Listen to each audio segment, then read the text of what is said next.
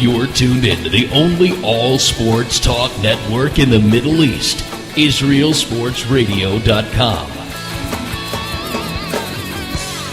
Body and Soul Gym in the heart of Talpiot. Great machines, excellent staff, and wonderful classes such as Pilates, yoga, and kickboxing. Give them a call at 02-678-8861. Once again, that's 02-678-8861. www.body-soul.co.il. Once again, that's www.body-soul.co.il. That's Body and Soul in the heart of Talpiot, which is great for your body and your soul.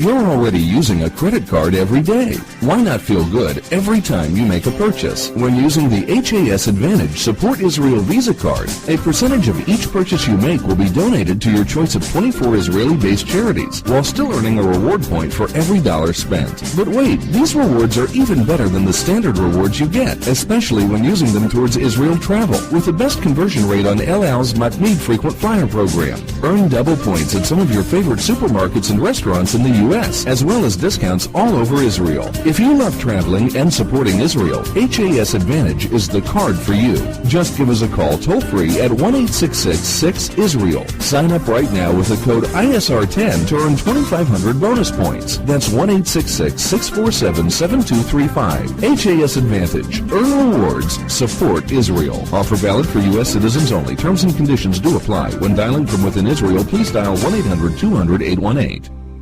Israel Sports Dynamics specializes in football consulting, equipment, uniforms, and more. Great brands such as Nike, Russell Athletics, Shutt Sports Products, and many more. Just one call away. With over 30 years coaching experience with university and professional athletes, Terry Hill, owner of ISD, can advise you for all your sports needs. Call 054-581-3248. That's 054-581-3248, or visit our website at www.isdisrael.com. If that's not easy enough, click on the ISD banner on the Israel Sports Radio website and be part of the game. Are you tired of paying for expensive gym memberships that you don't use? Are you frustrated by not seeing results? It's time for the X1. Israel Gym Systems is proud to launch the X1 suspension and bodyweight training system. Lose weight, build muscle, improve balance, coordination, and flexibility. With your purchase of the X1, you'll receive a free membership to IsraelGym.com and access to our archives of videos and exercise plans. Sign up today at www.IsraelGym.com and get ready for the new you. Israel Gym X1. Higia Hazman. DJ Venom, DJ Venom, DJ Venom, DJing parties throughout Israel, birthday parties, weddings, club events, bar mitzvahs, bat mitzvahs, and much more. You pick the type of music and DJ Venom will turn your event into the party of the year. Available Sunday through Thursday. Call 052-952-6506 or email djvenom1984@yahoo.com. That's 052-952-6506 or email djvenom1984@yahoo.com. Book your party today. That's DJ Venom. Broadcasting live from Israel. IsraelSportsRadio.com.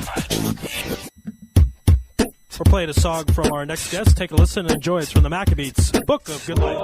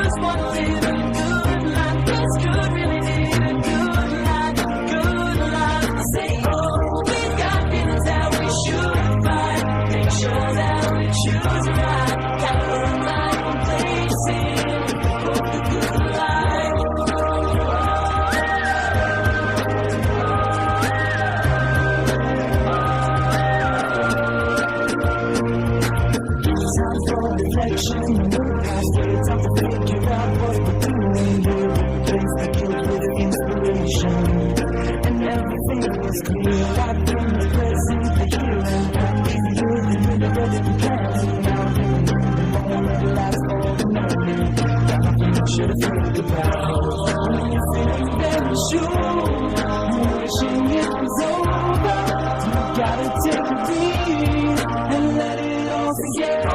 Put me in the mood for good life. I just wanna live a good life. This could really be a good life, good life. Say, oh, we got feelings that we should fight. Make sure that we choose right. Gotta earn my own place in the good life.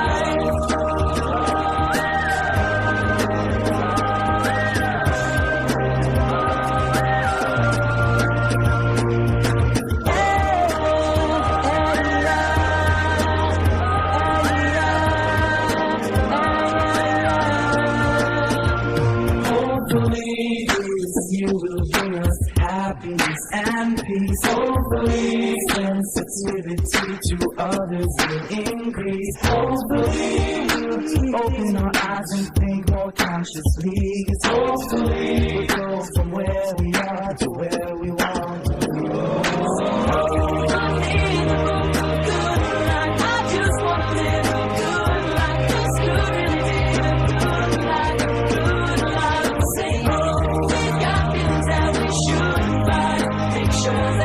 Choose right, gotta earn my own place in the good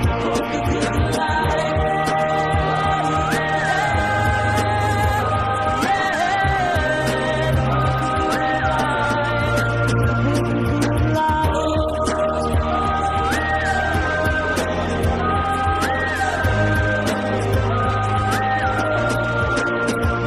Listen, time for reflection and look past it. Time to figure out what's between. Replace the guilt with inspiration. Everything is clear, right from the present seems more fun. Easy living with rest, what's done is done. Living in the moment, life for the moment. Shine out the vibe to everyone. Back here on Louis Live, that was the Maccabees. And what a beautiful song. We certainly enjoyed amazing that. song.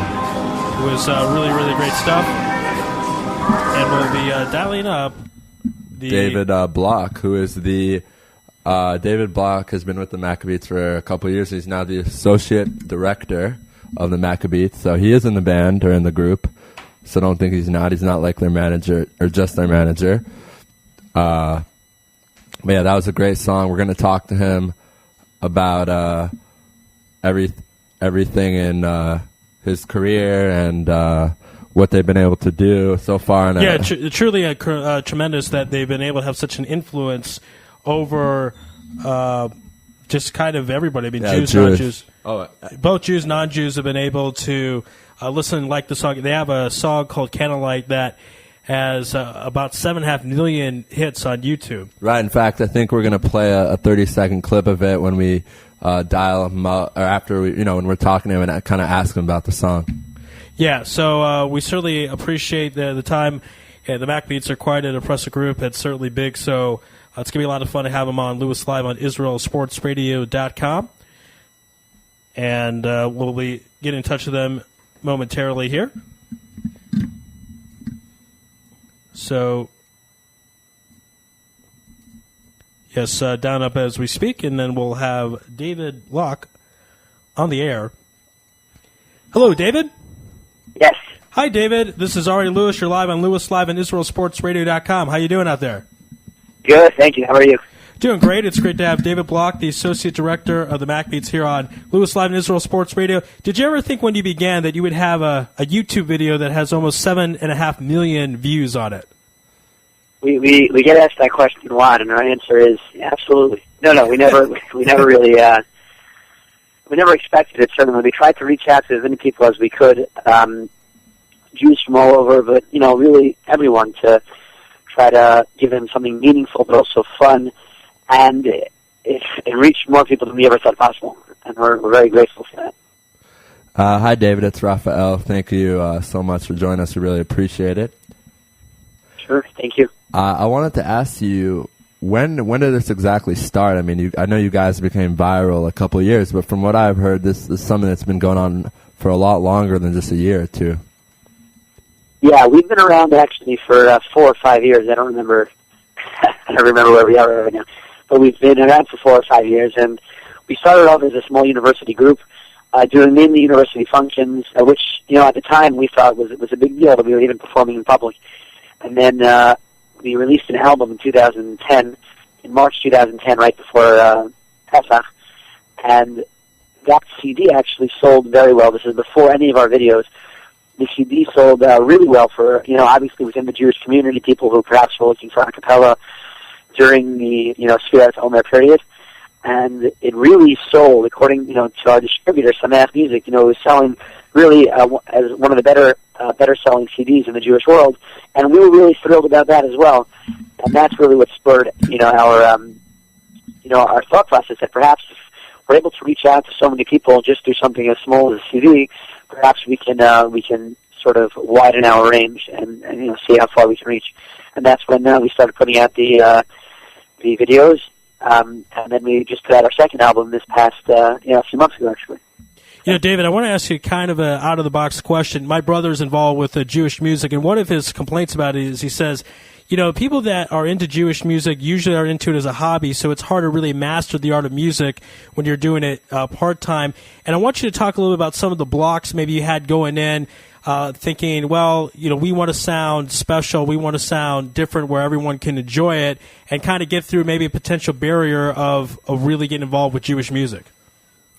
You're talking about in terms of the full-time nature of Jewish music? Right, because if you're doing it on the side, you would have to really, really focus to make it something special. Yeah, I would agree with that. It's actually an interesting question. As you said, we do this part-time, but I think many of us put in full-time hours.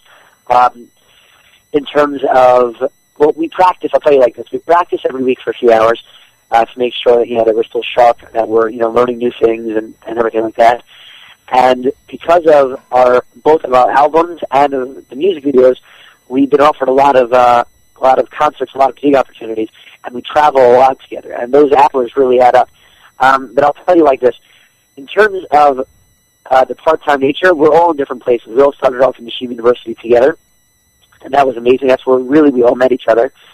But then we all took different approaches. We all, when we graduated, there are two of us are still in undergrad at Yeshiva University, and the rest have really gone on to different positions. Some have taken on full-time jobs, some have gone to graduate schools, smicha, different types of things, and we made a commitment really to try to keep it together.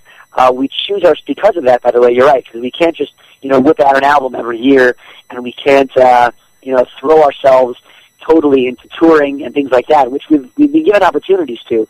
And I think, your observation is very interesting. We haven't been able to do that. We haven't been able to just, hit the road and try to reach as many people as we can. And because of that, we try to make every song that we choose extra meaningful, whether it be, the Jewish songs or the ones more from the secular world. We try to make everyone very meaningful so that almost every one of our tracks, a lot of Jewish singers put out an album and they have the pressure to put it out every day. A new album every day. So a lot of the songs are hit or miss. What we try to do with our album, if you listen to Out of the Box, we try to do is we put we try to make every single song meaningful and powerful. None of those tracks that you just skip over, right away as soon as it comes up. And that's one way that we try to maximize the time that we have. And the other way is that when we do travel, we try to reach as many people as we can. So we'll do a concert, let's say, in Louisville, Kentucky, and, we'll advertise whenever it is. We'll fly in and out that day so that we reach as many people as we can, but that we also can get back to our regular lives. So it's certainly challenging, but I think that that because of that, it's made us more perceptive to the needs of the Jewish community, and also allows us to maximize the time that we do have. Yeah, I mean, that's really interesting to hear you say all that, because I've always wondered, there's how many of you are in the group right now? There are 14 of us. 14. We always practice for those 14 every week. In general, when we're hired out, we usually get hired out in groups of anywhere from 7 till 8 or 9. That's generally, we obviously do a few concerts each year with everyone, but just from the travel, we usually do it in smaller groups. Wow, and you guys have been able to play in so many amazing places. And when I was getting ready for this interview, I was looking you guys up online and on YouTube, and you guys had the pleasure to play in the White House. So could you tell our listeners a little bit about that? Sure. Actually, when we were contacted by the deputy chief of operations there at the White House, and we thought that. I mean, we were pretty excited. He said, they want you. The White House wants you to come and play for the president, and then we told them we were excited, and they sent back an email asking us for our social security numbers. So at that point, we thought it was totally a scam, and that we certainly weren't giving them our social security numbers after an email. And we ended up getting a little bit more information. And I'm pretty sure that most of the guys weren't 1,000% confident that this was real until we actually pulled up to the White House, because you never know.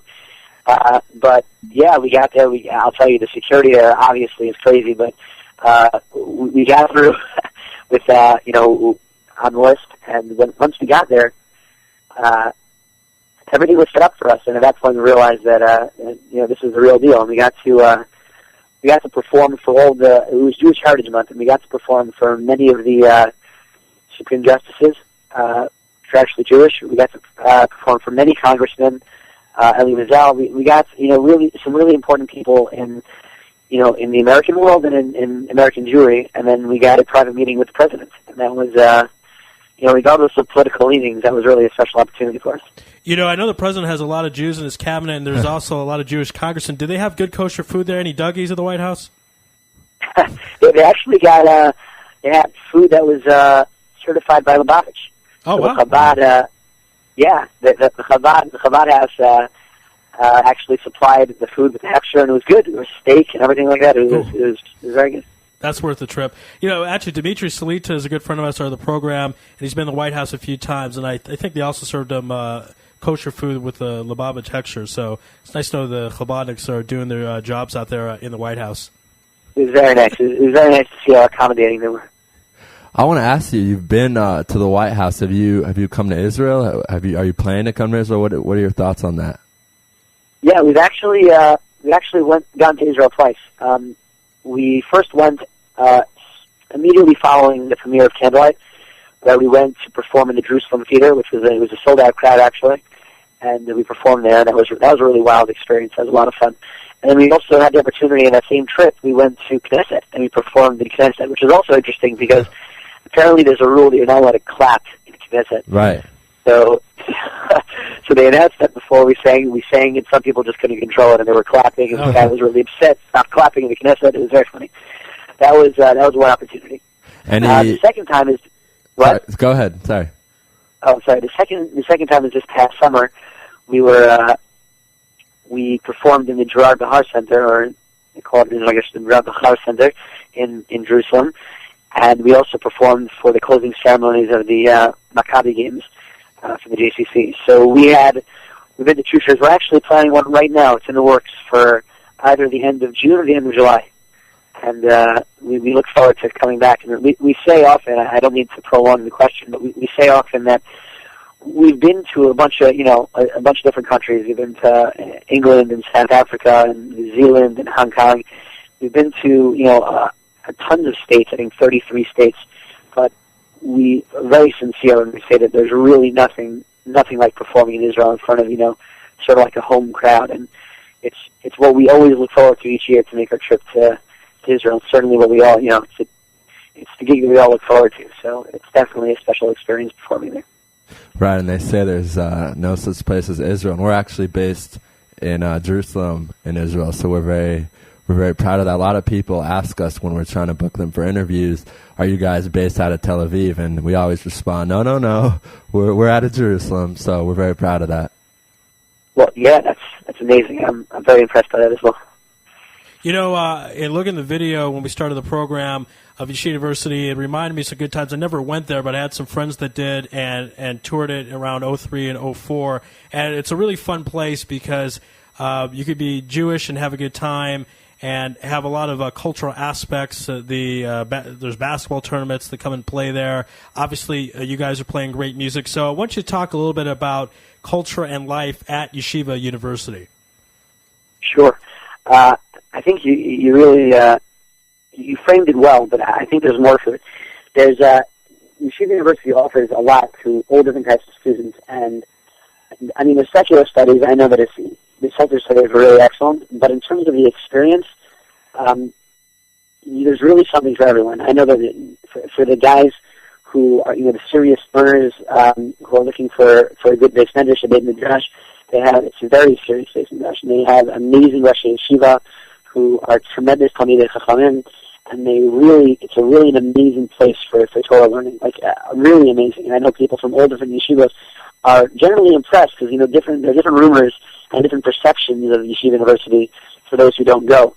And there are, these preconceived notions. Whenever they show up, they realize how serious the base medrash is and how serious the learners are. So that's one aspect.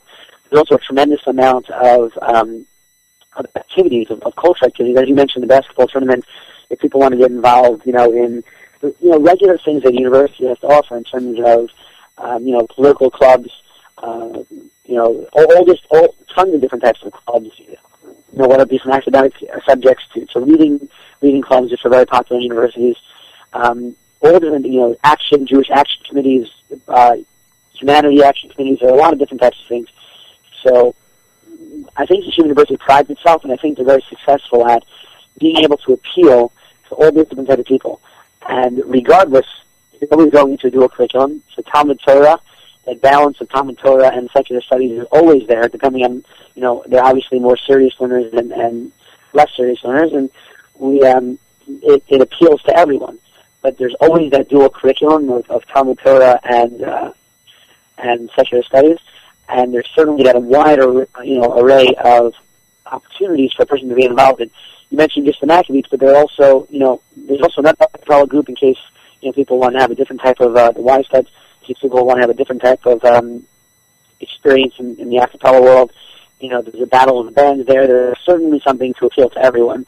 And as I said, for those who are more learners who are looking for balance of yeshiva and university, that's they offer that beautifully. The base medrash and the Rosh Yeshiva and the Rebbe and the Rabbanim it's just a really beautiful place. And I know I'm going on a little bit long, but I'm very proud of my experiences there, and I'm very proud of what the university has been able to do.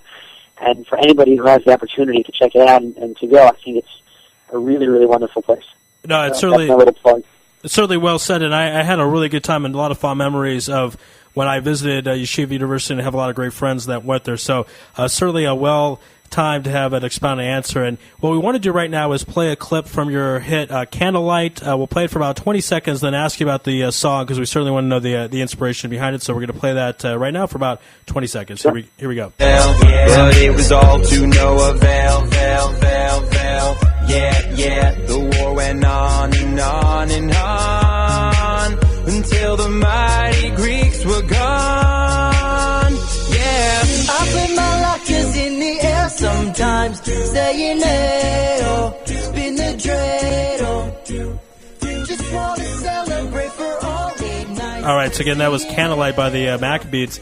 And I want to know the inspiration for the song. It's a spoof of a Dynamite, and I want to know, how did that come about? Were you guys hanging out one day and said, hey, I like the Dynamite song, why don't we write a song called Candlelight? Tell us the origins behind it. Well, it's actually, it was the idea of our director, of Manuel Shalev.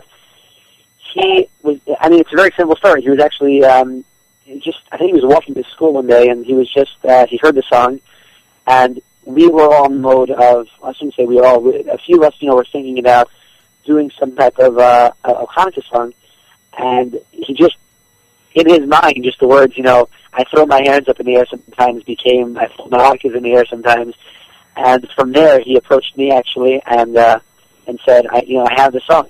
This is the song I'm going to do. The truth is I hadn't heard the song, and I studied it to make sure that I learned it well, and he said, let's write the lyrics.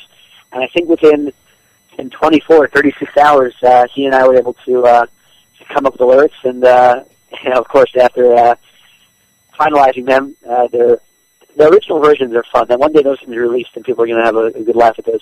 But, yeah, and then we were able to put out a song. So that was fun. And, of course, we are Israel Sports Radio, David. So we want to ask, are you guys big sports fans?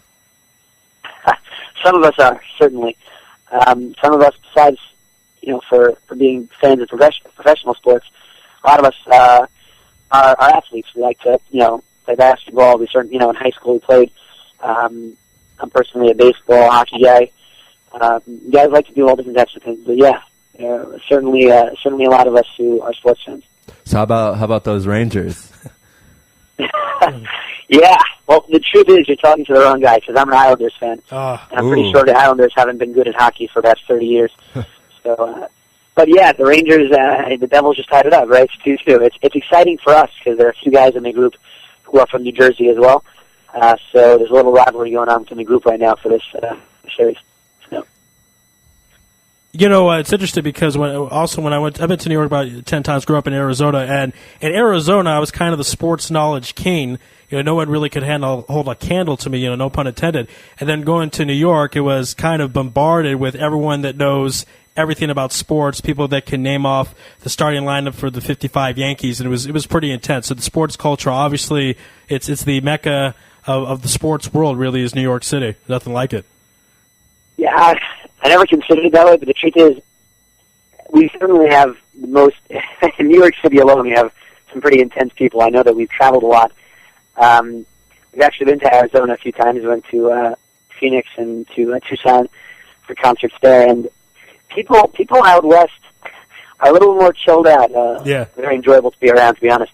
In New York, people are very intense, and that translates into everything in terms of, you know, you're not just a sports fan, you're super intense about your sports, about your sports team, and you live and die with them.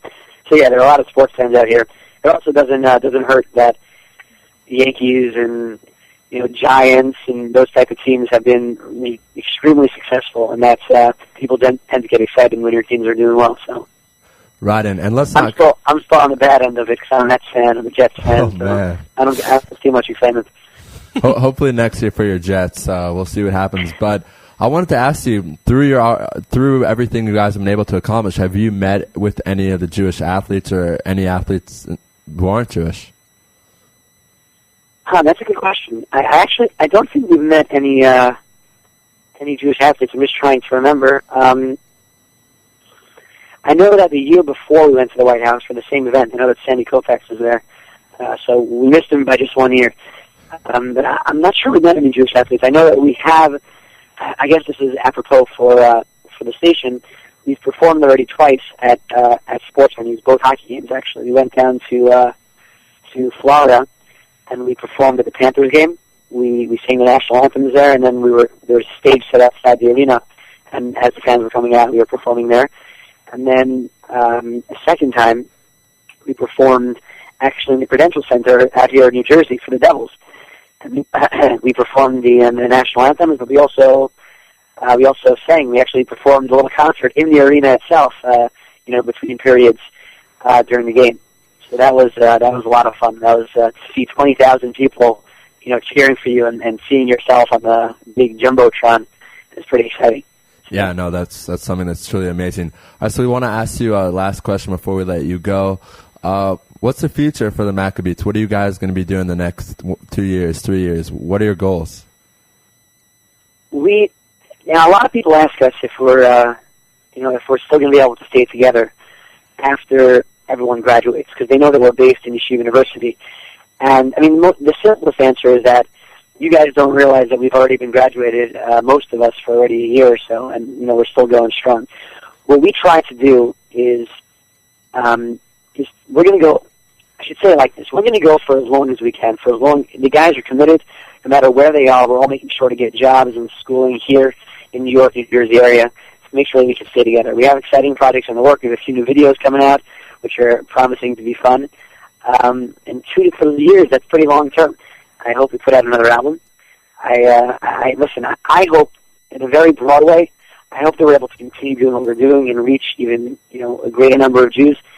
The responses that we've gotten from our music thus far have been amazing, and we never experienced, or we never thought that we'd experience something like this. It's not just that, I enjoy your music, or, you're playing on my iPod. It's that, before I listened to your music, I was embarrassed. I would go to public school, and I was embarrassed to wear a kippah, to admit that I was Jewish. And now that I hear your music, I'm invigorated with Jewish pride, and I go to public school every day as the only Jew in my school, and I proudly wear my yarmulke, things like that. And I'm not just saying it to, I'm not saying it to pat ourselves on the back, because it's not something that we ever experienced. But it taught us an amazing lesson, that with the smallest of things, we can really create effects around the world, and that comes with an amazing responsibility. You know, people that one of the producers of NBC, after we were actually on their show, it's a news station here, so they texted us, and they said that one of the producers said that it's the first time after he heard us sing, said it's the first time that he lit his Hanukkah candles in over 20 years. Oh, wow. And those type of things have really, you know, made us realize that we have an amazing responsibility. So I can't tell you for sure exactly what we're going to be doing in the next 2 to 3 years, but I do know that as long as we can continue going and inspiring the Jewish community and really the world at large, and showing them that on the one hand, you know, Judaism is something that's exciting and cool in a sense, and, you know, there's real meaning to it, and also it's fun, and, you know, it's not just, Judaism is not just defined by its prohibitions and laws, and that's what people tend to see, even though it's, you know, a totally inaccurate perception of Judaism. As long as we're able to still touch Jews and show them what it's really about through our music, and we're going to keep on going, and that's our goal, to reach as many people as we can with the most substantive message that we can get over. That's really beautiful, and you know, as a guy in high school, I didn't wear a kippah, but I do wear one now, so I certainly can identify people who start to put on kippahs for whatever reason. David, we certainly appreciate your time here on Louis Live and Israel Sports Radio. God bless you and the Maccabees, and the next time you guys are in Israel, we'd love to have you in studio. We'll let you know so you can advertise it for sure. Yeah, absolutely, be great. All right, David Block. Thank you so much. Thank you so David. much. We appreciate it. Be well. Oh, I enjoyed it. Thank you so much. Bye. All right, that was David Block, the Associate Director of the Maccabees. Wow, good stuff. Yeah, that was great. So we certainly appreciate his time. That was a lot of fun. We're going to take a break, and Right. Raphael, who's on the other side. David Dobin, our New York baseball insider. So we're going to talk some Mets, Yankees, David Wright, trade speculation. Andy Pettit is back, ladies and gentlemen, from his, 2-year retirement. Wow. He is back. He's pitched a couple games, I think. For the Right, we Yankees. heard rumors that he might be coming back, and I'm shocked that it actually happened. I thought he was done. He's back. A little Clemens stuff. There's always fun Always stuff stuff. with Fletcher Clemens. And Always. commercial time. All right, let's do it. You're listening to Louis Live in Israel, sportsradio.com. You're tuned in to the only all-sports talk network in the Middle East, IsraelSportsRadio.com. Body and Soul Gym in the heart of Talpiot. Great machines, excellent staff, and wonderful classes such as Pilates, yoga, and kickboxing. Give them a call at 02-678-8861. Once again, that's 02-678-8861. www.body-soul.co.il. Once again, that's www.body-soul.co.il. That's Body and Soul in the heart of Talpiot, which is great for your body and your soul. You're already using a credit card every day. Why not feel good every time you make a purchase? When using the HAS Advantage Support Israel Visa card, a percentage of each purchase you make will be donated to your choice of 24 Israeli-based charities, while still earning a reward point for every dollar spent. But wait, these rewards are even better than the standard rewards you get, especially when using them towards Israel travel, with the best conversion rate on El Al's Matmeed Frequent Flyer program. Earn double points at some of your favorite supermarkets and restaurants in the U.S., as well as discounts all over Israel. If you love traveling and supporting Israel, HAS Advantage is the card for you. Just give us a call toll-free at 1-866-6-ISRAEL. Sign up right now with the code ISR10 to earn 2,500 bonus points. That's 1-866-647-7235. HAS Advantage. Earn rewards. Support Israel. Offer valid for U.S. citizens only. Terms and conditions do apply. When dialing from within Israel, please dial 1-800-200-818. Israel Sports Dynamics specializes in football consulting, equipment, uniforms, and more. Great brands such as Nike, Russell Athletics, Shutt Sports Products, and many more. Just one call away. With over 30 years coaching experience with university and professional athletes, Terry Hill, owner of ISD, can advise you for all your sports needs. Call 054-581-3248. That's 054-581-3248, or visit our website at www.isdisrael.com. If that's not easy enough, click on the ISD banner on the Israel Sports Radio website and be part of the game. Are you tired of paying for expensive gym memberships that you don't use? Are you frustrated by not seeing results? It's time for the X1. Israel Gym Systems is proud to launch the X1 suspension and bodyweight training system. Lose weight, build muscle, improve balance, coordination, and flexibility. With your purchase of the X1, you'll receive a free membership to IsraelGym.com and access to our archives of videos and exercise plans. Sign up today at www.israelgym.com and get ready for the new you. Israel Gym X1. Higia Hazman. DJ Venom. DJ Venom. DJ Venom. DJing parties throughout Israel. Birthday parties, weddings, club events, bar mitzvahs, bat mitzvahs, and much more. You pick the type of music and DJ Venom will turn your event into the party of the year. Available Sunday through Thursday. Call 052-952-6506 or email djvenom1984@yahoo.com. That's 052-952-6506 or email djvenom1984@yahoo.com. Book your party today. That's DJ Venom. Broadcasting live from Israel. IsraelSportsRadio.com. Hello, are you there, David? Good. Hello? Oh, yeah, hey, how are you? Good. You're on Louis Live and on IsraelSportsRadio.com. How are you doing? Yeah, I'm doing great. You know, I saw you guys just had on the director for the Maccabees, I think, before me. Yeah. A little interesting note. Back in fall 2007, I was in Yeshiva University. I was actually approached about being a formative member of an a cappella group that had not yet been named. I transferred out of YU in 2008, had no idea the Maccabees would become this big, but you know what? I ended up going a completely different direction. I'm loving it, so no regrets. Interesting stuff there. That's interesting. It's always weird to see when when Jewish geography, for our listeners out there who aren't Jewish, I don't know a better way to explain it, but Jewish people just connect all over the world, and we like to call it Jewish geography. Oh yeah. Anyway, let's talk some sports, because we didn't really get to talk sports in that interview. It was one of the first interviews where we didn't talk about sports. So I want to get straight to it, and I want to talk about Andy Pettit's return to the big leagues and what it means to this Yankees ball club. Well, it's funny. When they made the signing back in the winter and announced that he was coming back, I thought, nice story. I'm not expecting anything. Is he even going to be a major leaguer this year? So it turns out he made the majors. He had that incredible game Friday night. He faced the Cincinnati Reds, struck out 9, allowed 4 hits in 8 innings, shutout ball.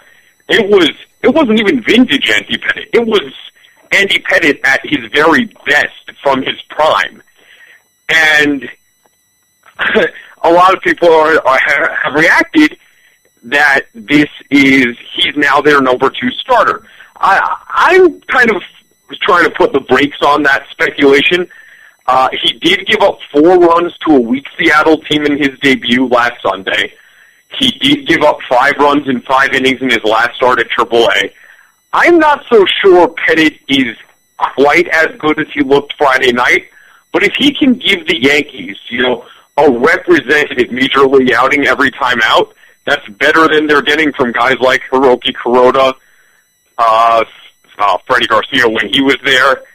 So he's not exactly, I'm not counting on him to be a second ace, but it's nice to have a reliable veteran in the rotation. Right, and I mean, with the pitching struggles from the team this year, he's definitely a guy that you'd be happy to have. I don't think anyone would say, oh, we don't want him. I know you're mostly covering New York baseball with us, but we want to talk about something that was really big yesterday in the baseball world, and that was David Ortiz kind of lashing out at the whole world.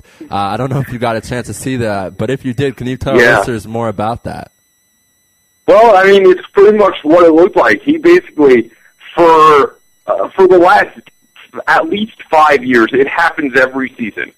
David Ortiz, he established that baseline that we judge him by when he hit 54 home runs in a season. And every year since then, he's obviously not lived up to that, but he's still been a great player. Every year it seems he starts off really slow, and people ask, is this the end? Is this the end? Year after year after year. And he's always been this lovable guy, the guy who everyone says, he should be a clubhouse leader. That's his kind of personality. Now, what happened is, obviously, with all the clubhouse mess last year, and now even more clubhouse issues this year, specifically Josh Beckett playing golf when he was too hurt to pitch. Ortiz yesterday basically lashed out and said, he basically got frustrated by the idea that everything should be on him. He called a players-only meeting after this Beckett incident came out, and since then they have been playing a little better. Whether that's cause and effect or mere coincidence, it's hard to tell. But yesterday he got questioned again on his leadership, and he basically said, "Nothing I do is good enough. The media here will always be tearing into me." And then he took a shot at the front office. Right. He claimed that the front office doesn't respect him enough. And after a statement like that, you want clubhouse fracture? Now you've got clubhouse fracture. You have a player who is basically called, by saying that, aren't you essentially demanding a trade? He basically is fed up with being a member of the Red Sox organization. I don't see how that doesn't set something in motion. Maybe they could work through it. I don't know. But would it be shocking to see the Red Sox now work on moving him? It's funny because it just bubbled up from under the surface. This is something we've never known before. Big Papi has always been that guy, the lovable big guy who just goes every day and plays well for the Red Sox. Now we find out he's not really happy with the Reds. He's not really happy to be a Red Sox. Right, and that's a great point. And, the thing that I was saying yesterday on the show when I first came out, I was saying a real leader doesn't need to call out the media for saying he's not a real leader. That's not how a real leader should act. And do you agree with that? Yeah, well, that's the thing. You see, when people said, "Yeah, Big Papi's one of the leaders," who said he is? Right. Why is there this assumption that just because he's a nice guy, he'd be a clubhouse leader? I mean, he himself asked, to be a leader, does it have to be someone who's out there diving after balls or crouching behind the plate, obviously making a reference to retired captain Jason Varitek. Right. But he was basically saying, look, on the one hand, I'm not necessarily a leader, but does that mean that I'm part of the clubhouse problem? Yeah, and I think, personally, David, I think the worst part of it is the thing you just mentioned, how he definitely is calling out Varitek, or Tech as he's known in Boston, and Ellsbury, who's now out on out with that, shoulder injury. So, you're right. It's going to be interesting to see if they trade him. I don't know if they can, because right now he's hitting, over 350, over 340, around that rate, 330, something like that. And, I guess get rid of him when he still has value. Right, and didn't they sign him to like a 1-year deal in the offseason? So I don't know if now's the best time to trade him. Maybe just wait till the end of the season. But again, and the really, really interesting thing about that is, of course, after those comments, they go out and they lose, which is not that shocking if you think about it. And I don't know. It's just going to be very interesting to see what happens. Meanwhile, looking at the standings right now, the Orioles are continuing to roll, and we've had a lot of great guests on from Baltimore, D.C. area, and people are saying that people are startlingly fine to talk about this Orioles team. So is this team legit, David?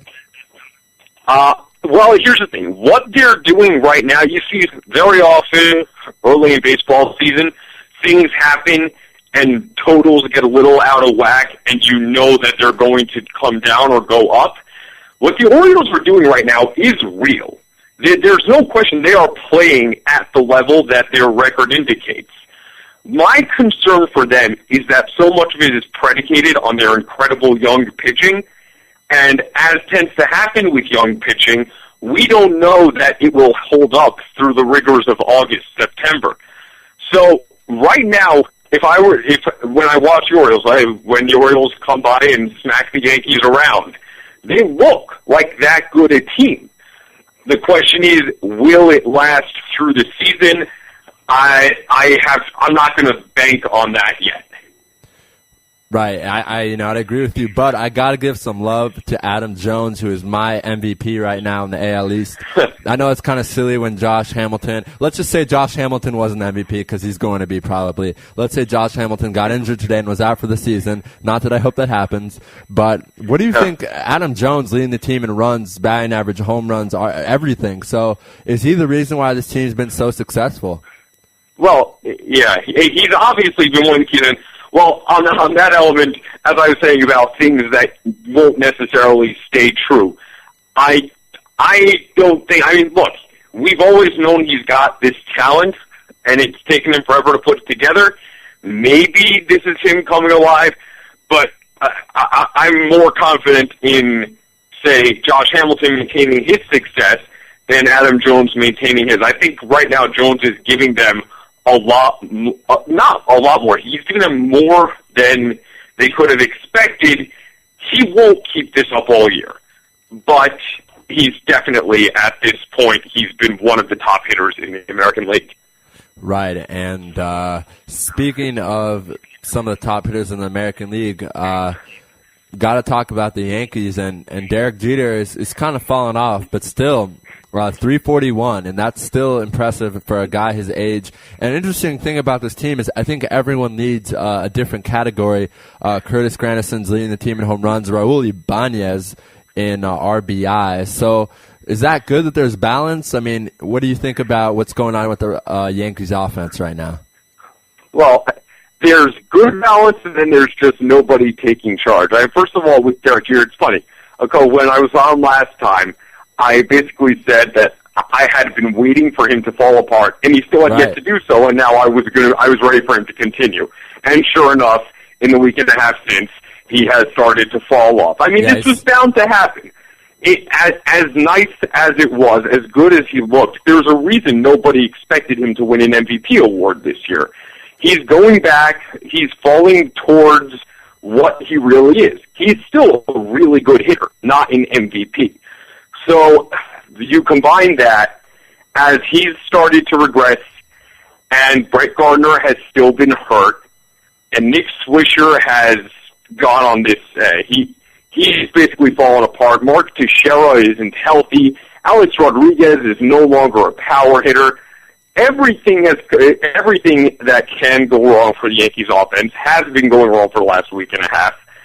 They've been held to 3 runs, I think, in like half their games over the last 2.5 weeks. And so that balance, it's not so much that they have people chipping in, it's that they don't have enough. Right. They don't have enough people doing their jobs.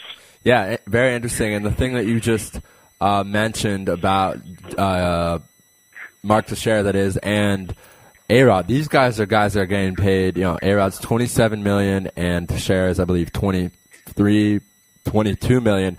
They're hitting. Mark Teixeira is hitting 229. A-Rod is hitting 276 with 5 home. I mean, how many more years does A-Rod have on that super long deal? 5, I think. It's going to be a long one. Right. Should Yankee fans be scared? And let me ask kind of a foreshadowing question. Should Orioles fans be scared? Because it's kind of similar deals. I mean, I think A-Rod was 32 when he got this deal. Pujols was 30. I mean, should Angel fans be worried in 5 years that, well, Angel fans are worried now, I guess, but should they be worried that it's going to be consistent for a year or two? Well, for Angel, I mean, for Yankee fans, obviously, I mean, there's the positive about A-Rod is while he's no longer a slugger, he's not necessarily hitting for power anymore. He's only got 5 homers, like 5 doubles. Even though he's not hitting for power, he has adapted to his new physical situation, and his OBP is up to 375, which isn't as good as it was in his prime, but it's better than it's been the last few years. As for Pujols, you know, over the last, he has 3 homers now in his last 7 games. Right. The really, really, really slow start is behind him. And but 5 years down the road, obviously, he's human, not the machine. It's, by the way, I never liked that nickname, but he's going to be at least 37 in 5 years. The last 5 years of that deal, he'll be pretty much what A-Rod is now. He'll be adapting to his new physical reality. He is a good enough hitter skill-wise that he'll be able to adjust and still be a legitimate, usable major league hitter. But what he is now, even what he has been, what he could be, that contract he got heavily overpaid. More, not so much the per year, but how many years he got. Right, and we want to ask you one last question before we let you go. And a lot of rumors that the Mets will be trying to ship out David Wright. He's had a pretty great start. Can you give us your thoughts on that? I think trading David Wright would essentially be suicide for that franchise. The Mets, they had all their financial troubles, which over the offseason they finally began to clear up. They got out of most of their liability. I believe that within a few years they'll be fully free of that and be able to start spending money again. As it is, they have the future of their franchise getting ready down in AAA. They've got that pitching and Zach Wheeler, Kevin Mulvey, Matt Harvey, Jairus Familia. The future of the Mets is only about a year and a half away. They'll be real contenders again in 2014. And David Wright, as he's showing right now again, like Adam Jones, David Wright will not have a 500 OBP for the season. I promise you that. Right, not going to happen. But he is showing that he is perfectly capable of being a true franchise player, the guy you build a championship squad around. And for the Mets to trade him now, sure, he does have peak value. If you traded him now, you can bring in three really good prospects for him. But at a certain point, you have to have the guy around whom those prospects are placed.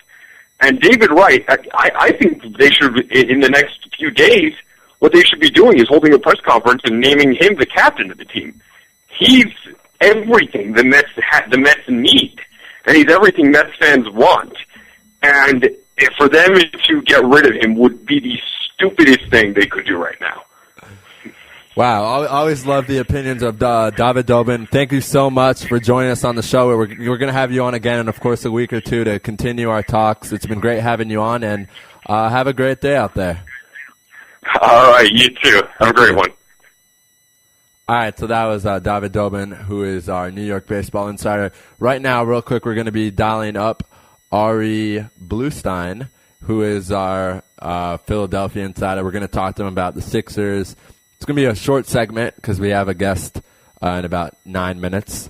But, wow, that was interesting to hear because a lot of people have been saying that it's time for David Wright to maybe leave, go to a contender. But I actually liked what David was saying, and we'll see what happens there. And hopefully that David Wright will stay with the Mets. That will be nice. We are dialing up Ari right now. Hi, Ari. You're on Louis Live and on IsraelSportsRadio.com. How you doing? I'm good. How are you, Raphael? I'm doing good. I just want to warn you, this is going to be about a 10-minute segment, so we want to get right to it. And we got to talk some 76ers, and they really struggled in that last game, and I was very disappointed. So what happened in that last game? Well, they just got sloppy in the third quarter. They played very well in the first half, shot the ball extremely well, played pretty good defense, in particular on Kevin Garnett and Paul Pierce, and then went into halftime with a lead. And then the third quarter, kind of the turning point was Andre Iguodala was fouled by Paul Pierce on a clear pass foul, which is where you get two shots and the ball. And the Sixers were up by 4 at that point. So they had a chance to go up by 6 or even 8, but Iguodala missed both free throws, and then the Sixers turned the ball over, leading to a transition bucket by Boston. And then the Sixers turned the ball over 3 or 4 times in a row. So the turnovers went up. The shot selection was very poor in the second half, and everything just fell apart. And that's really the product of a young team. But Game 6 is tonight in Philly. Everybody's pumped up to try and get a win and take it back to Boston for Game 7. So we'll see if the Sixers can play some cleaner basketball tonight. Right, and speaking of clean basketball, did you get a chance to watch that Heat-Pacer game last night? I didn't get a chance to watch it. I saw the highlights, though, and, yeah, those were some brutal fouls, especially the foul by Udonis Haslem on Tyler Hansbrough. What did you think of that? Well, you know my feelings for the Pacers. I've expressed that on the show. I think he needs to be suspended for sure. I know he's mad about what happened to him the night before with the 9 stitches, but I mean, Tyler Hansborough's foul was nothing compared to what Udanis did, and he knows it, and everyone knows it. And I'm not going to be shocked if probably in the next, I guess it's the morning in America, in the next hour or two, David Stern comes out and suspends him for a game. And, you know, that's just a stupid play because he's very important to that team. He's really the only guy who can make a jump shot, only big man who can make a jump shot on the Heat team. So that's going to help my Pacers. So actually, I'm kind of excited about it. I think the Pacers, no matter what, will win Game 6 back in Indy. It's just a matter of Game 7. You know, we'll see if Indy can pull it out on the road, and we'll see how long the suspension is for if he is indeed suspension. Now, I know it was only a flagrant 1 called. Probably should have been a flagrant 2, but the fact that it wasn't called in the game might factor into that suspension. So I don't think it's a guarantee, but I know that that's something that David Stern will be taking a look at or is taking a look at as we speak right now. But I think your Pacers, I see them winning Game 6. Not really sure about Game 7, but I think that they let Game 4 and Game 5 really slip away from them, just like the Sixers have done in their series as well.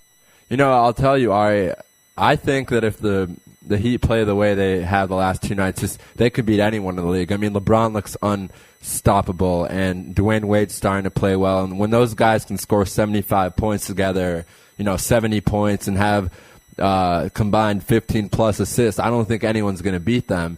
And, I didn't see that in the first 2 games. I didn't see a confident LeBron, and Wade was really struggling.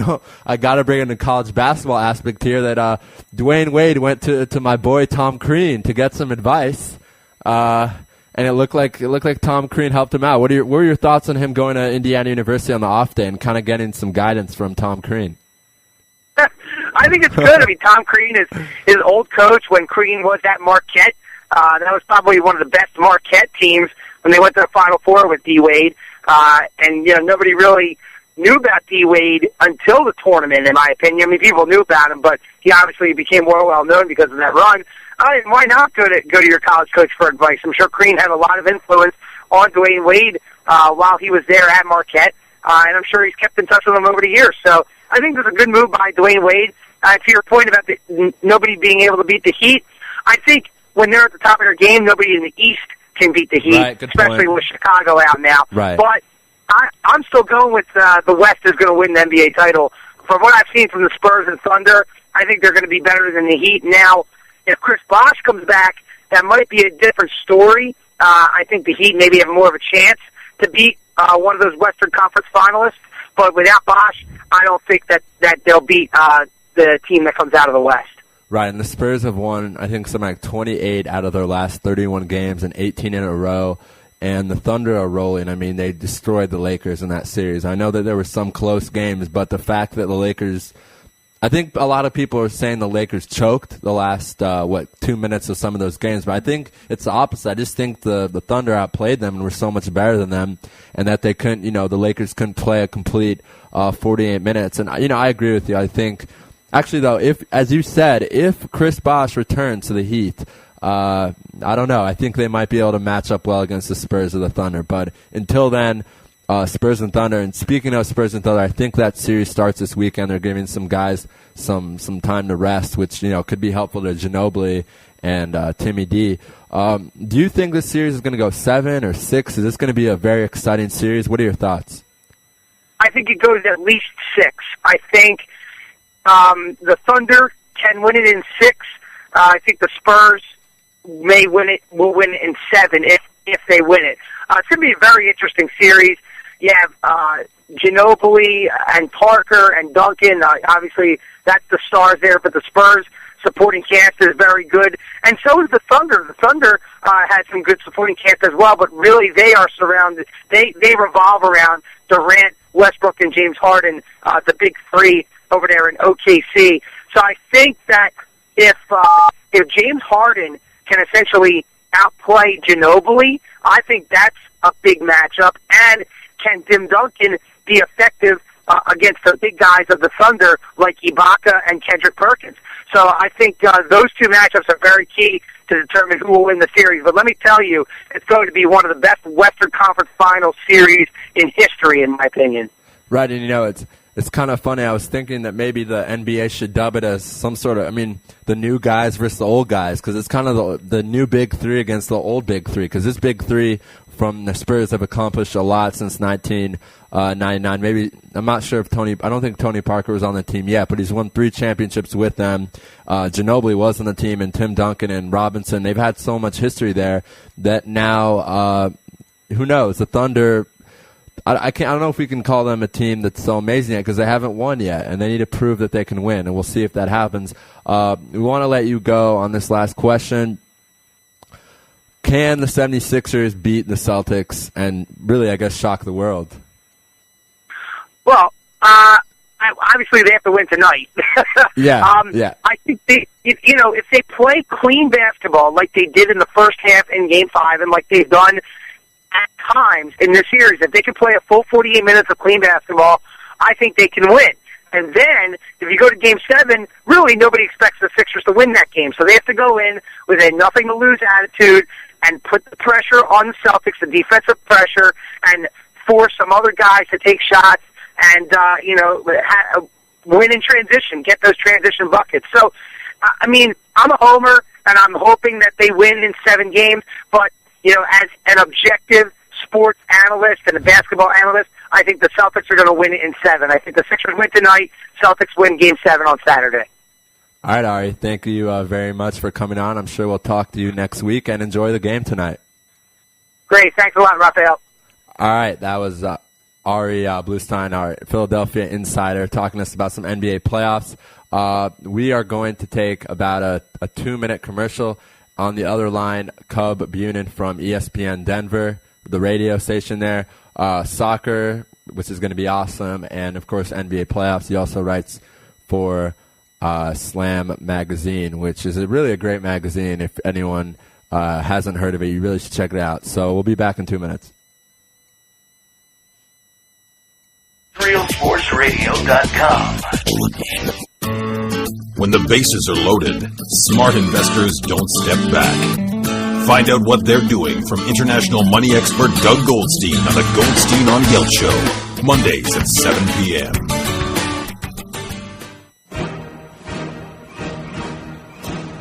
We're standing outside El Gaucho restaurant here in downtown Jerusalem, and we see another happy, satisfied customer. Ma'am, what is your name? Kashet? And what did you think of El Gaucho restaurant? Oh, incredible. I'm not much of a meat eater, but when I do eat meat, I go out to El Gaucho. My husband brought me here for an anniversary dinner, and I wasn't crazy about going to a meat place for an anniversary dinner, but the meat was so tender that I had to come back a second time. So here I am for the second time. Well, you heard it right from the cow's mouth. El Gaucho in downtown Jerusalem. This is Tamar Cass, and you're listening to Israel Sports Radio. DJ Venom. DJ Venom. DJ Venom. DJing parties throughout Israel. Birthday parties, weddings, club events, bar mitzvahs, bat mitzvahs, and much more. You pick the type of music, and DJ Venom will turn your event into the party of the year. Available Sunday through Thursday. Call 052-952-6506 or email djvenom1984@yahoo.com. That's 052-952-6506 or email djvenom1984@yahoo.com. Book your party today. That's DJ Venom. This is Dimitri Salita, and you're listening to IsraelSportsRadio.com. Broadcasting live from Jerusalem. IsraelSportsRadio.com. All right, we're back on Louis Live, hosted by Raphael tonight. We have an hour left in our show, and right now we are going to be dialing up our man in ESPN Denver radio affiliate, Cub Bunin, to talk some NBA playoffs and some European soccer. So here we go. We're dialing him up right now. Hope to get him on the line. A lot of great stuff to talk about, and then after that we're going to talk with Jim, and then we will end the show. So we are dialing him up.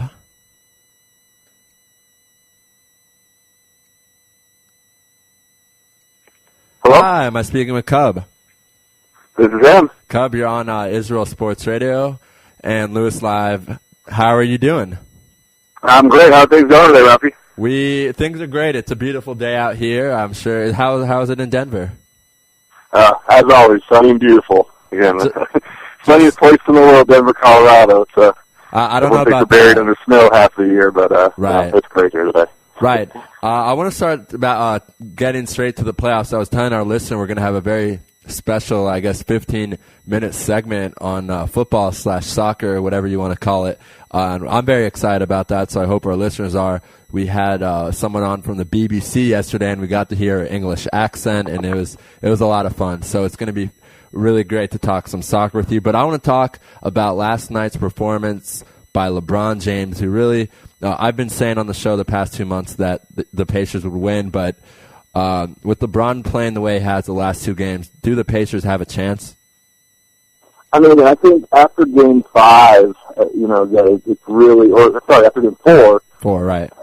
I think LeBron really made a statement, as well as D-Wade. Again, I mean, not having Chris Bosh in this series was a huge loss. And it's funny how throughout the year everyone wants to kind of dog on Chris Bosh and say he's this, he's that, and he's not that important. Then he goes down and everyone wants to say, oh, well, that's the reason he's out. I mean, he's an integral part of their interior defense. And the way LeBron and D-Wade have stepped up in the last two games, I think they're making a statement saying this is going to close out. I mean, again, I think Indiana might be able to steal Game 6 at home, especially with all the kind of venom and physical nature that's been going on in the series, especially over the last week. But, again, I think for Miami to really get past Indiana, minus Chris Bosh, they needed D-Wade and LeBron to go for 60 pretty much on a nightly basis between the two of them, and they've done it. And, again, I just don't think that, with the way LeBron's playing and the fact that D-Wade's starting to kind of up his game as well, I think Indiana's done for. Right, and that's a sad thing for me to hear as an Indiana fan. But it appears that it's true because, I mean, LeBron, I think in that Game 4 had something like 40 points, double-digit rebounds, 9 assists. I mean, just monster. And last night, there was a point of the game, it was the third quarter, I was watching the game, I could just see something in LeBron's eyes that he was like, I'm not losing this series. The first couple games were flukes, and I'm ready to go. And with the loss now, we're still waiting to get some word on the injuries of Danny Granger and David West. Hopefully, it's nothing too serious, but we'll see. Those are pretty big injuries for the Pacers, no? Yeah, I mean, those guys have to go for Indiana to have any real chance. Cause, again, I mean, that's their advantage is down low, especially without Bosh there. I mean, West and Granger, Hibbert, Paul George, they need their front court, up and healthy. I think they'll be fine. Again, I think, West kind of alluded to it during the postgame that we're going to be fine. It's a little neck, sit them out the rest of the game. Things weren't going well at that point for the team. Midway through the third wing, Granger went down, so head coach Frank Vogel, I think, made the smart move there. Just sit them, let's regroup. As he said in the post game, it's still it doesn't count for two losses when you get blown out by 30. It's still just one loss in the series, so they'll move on and you kind of regroup. But I think Indiana should be happy with where they've gotten to this point. I mean, this is a young team that's deep, that's still figuring out how they're going to play in the postseason, and I think they've proven themselves this offseason or this postseason. I think they'll be a force to reckon with for a couple of years. They just need time. And again, when you're facing a team like Miami that has so much firepower, not a lot of depth, I think that will be the undoing of Miami as they kind of go forward in the postseason. But, they need those guys up and ready to go, and I think they'll be ready. Right, and as you mentioned, this team is a team that down the road, I mean, I don't want to call them the Thunder of the East. I may be going a little too far, but maybe not. I mean, this team this year had the 5th best record in the NBA. I don't think a lot of people don't realize that. And as Danny Granger said, he made a great comment, they only had one national televised game, which was a bit weird. Speaking of Danny Granger, I want to ask you, what were your thoughts on the crazy physical play of the series? Haslam's foul last night, Hansborough's foul, which I really, in my opinion, was not nearly as bad as Haslam's, and Danny Granger just getting in people's faces. Did you like that? Do you not like that? What do you think? The old school part of me likes it. The person that grew up in the 80s watching the old Celtics and Lakers and all those old Sixers and all those great finals kind of likes it. But I think Granger's got a little too far in this series with the kind of banter, and he's not talking hoops. He's talking about all the other, pretty much every other thing but what's going on in the series, but what's going on the scoreboard. So for me, I think Granger's getting a little too caught up in the physical nature and the kind of back and forth between LeBron and I mean, kudos to LeBron for the way he's kind of handled it and been like, I don't care about that stuff, you know. Right. I'm going to fight through him. I'm not going to fight him. I'm going to fight through him, you know, to win these games. So, you know, get him a little bit, you know, Tyrus Granger would, you know, zip his lip a little bit and kind of just play the game. But, you know, again, I mean, I agree with you on those two fouls. I think Hansbrough's was a hard foul. I'm fine with how they called it. He made a play on the ball. Right. Holden didn't make a play on the ball. That wasn't a basketball move. You know, I mean, that seemed like that was pretty much a, you know, kind of an answer to Hansbrough's foul. He was just kind of, you know, trying to fight back. But again, I think Haslam really should be out for Game 6, which would be huge for, you know, like an already depleted Miami front court. Absolutely. I mean, Haslam's, I was just saying this to our last, because Haslam's really the only one capable of making that jump shot. You know, Joel Anthony does not come in there to score. And of course, Ronnie Turioff, I mean, I loved him in the Gonzaga days, but it seems like since then he's just kind of been going downhill, not to be critical of him. But he's not the guy you want to be scoring for you. So I think he's definitely going to be out. I don't even think it's a question. I think it's a question if he's going to be out for Game 6 and Game 7 if the Pacers can win. Right. So that's going to be very interesting to see. And it was funny, at halftime of the game last night, Shaq and Charles Barkley were saying that they were loving the physical stuff because, you know, they kept saying, you know, back in our days, in the old school days. So I just thought that was funny, Cub, that you mentioned, you know, your old school days. So that was interesting. Yeah, because again, I mean, there's so much made of this, but I mean, back in the day, that stuff happened like pretty much, you know, on the regular. Right. And I mean, things are a little bit more spotlighted nowadays. And look at that! Oh my gosh! And there's so much worry about, you know, technical fouls and flagrant ones and all this other jazz. But back in the day, it was like that every night. Right, and you're right, and it's kind of maybe maybe it still happens a lot, but the media seems to really make a huge deal out of it. I don't know if that's a lot of people. I actually read an interesting article saying that it's ESPN who seems to always, you know, make things into a huge deal where other networks don't. Do you agree with that? Totally. I mean, there's you know, there's things that they put forth as a network that are targeted a certain way. You know, right.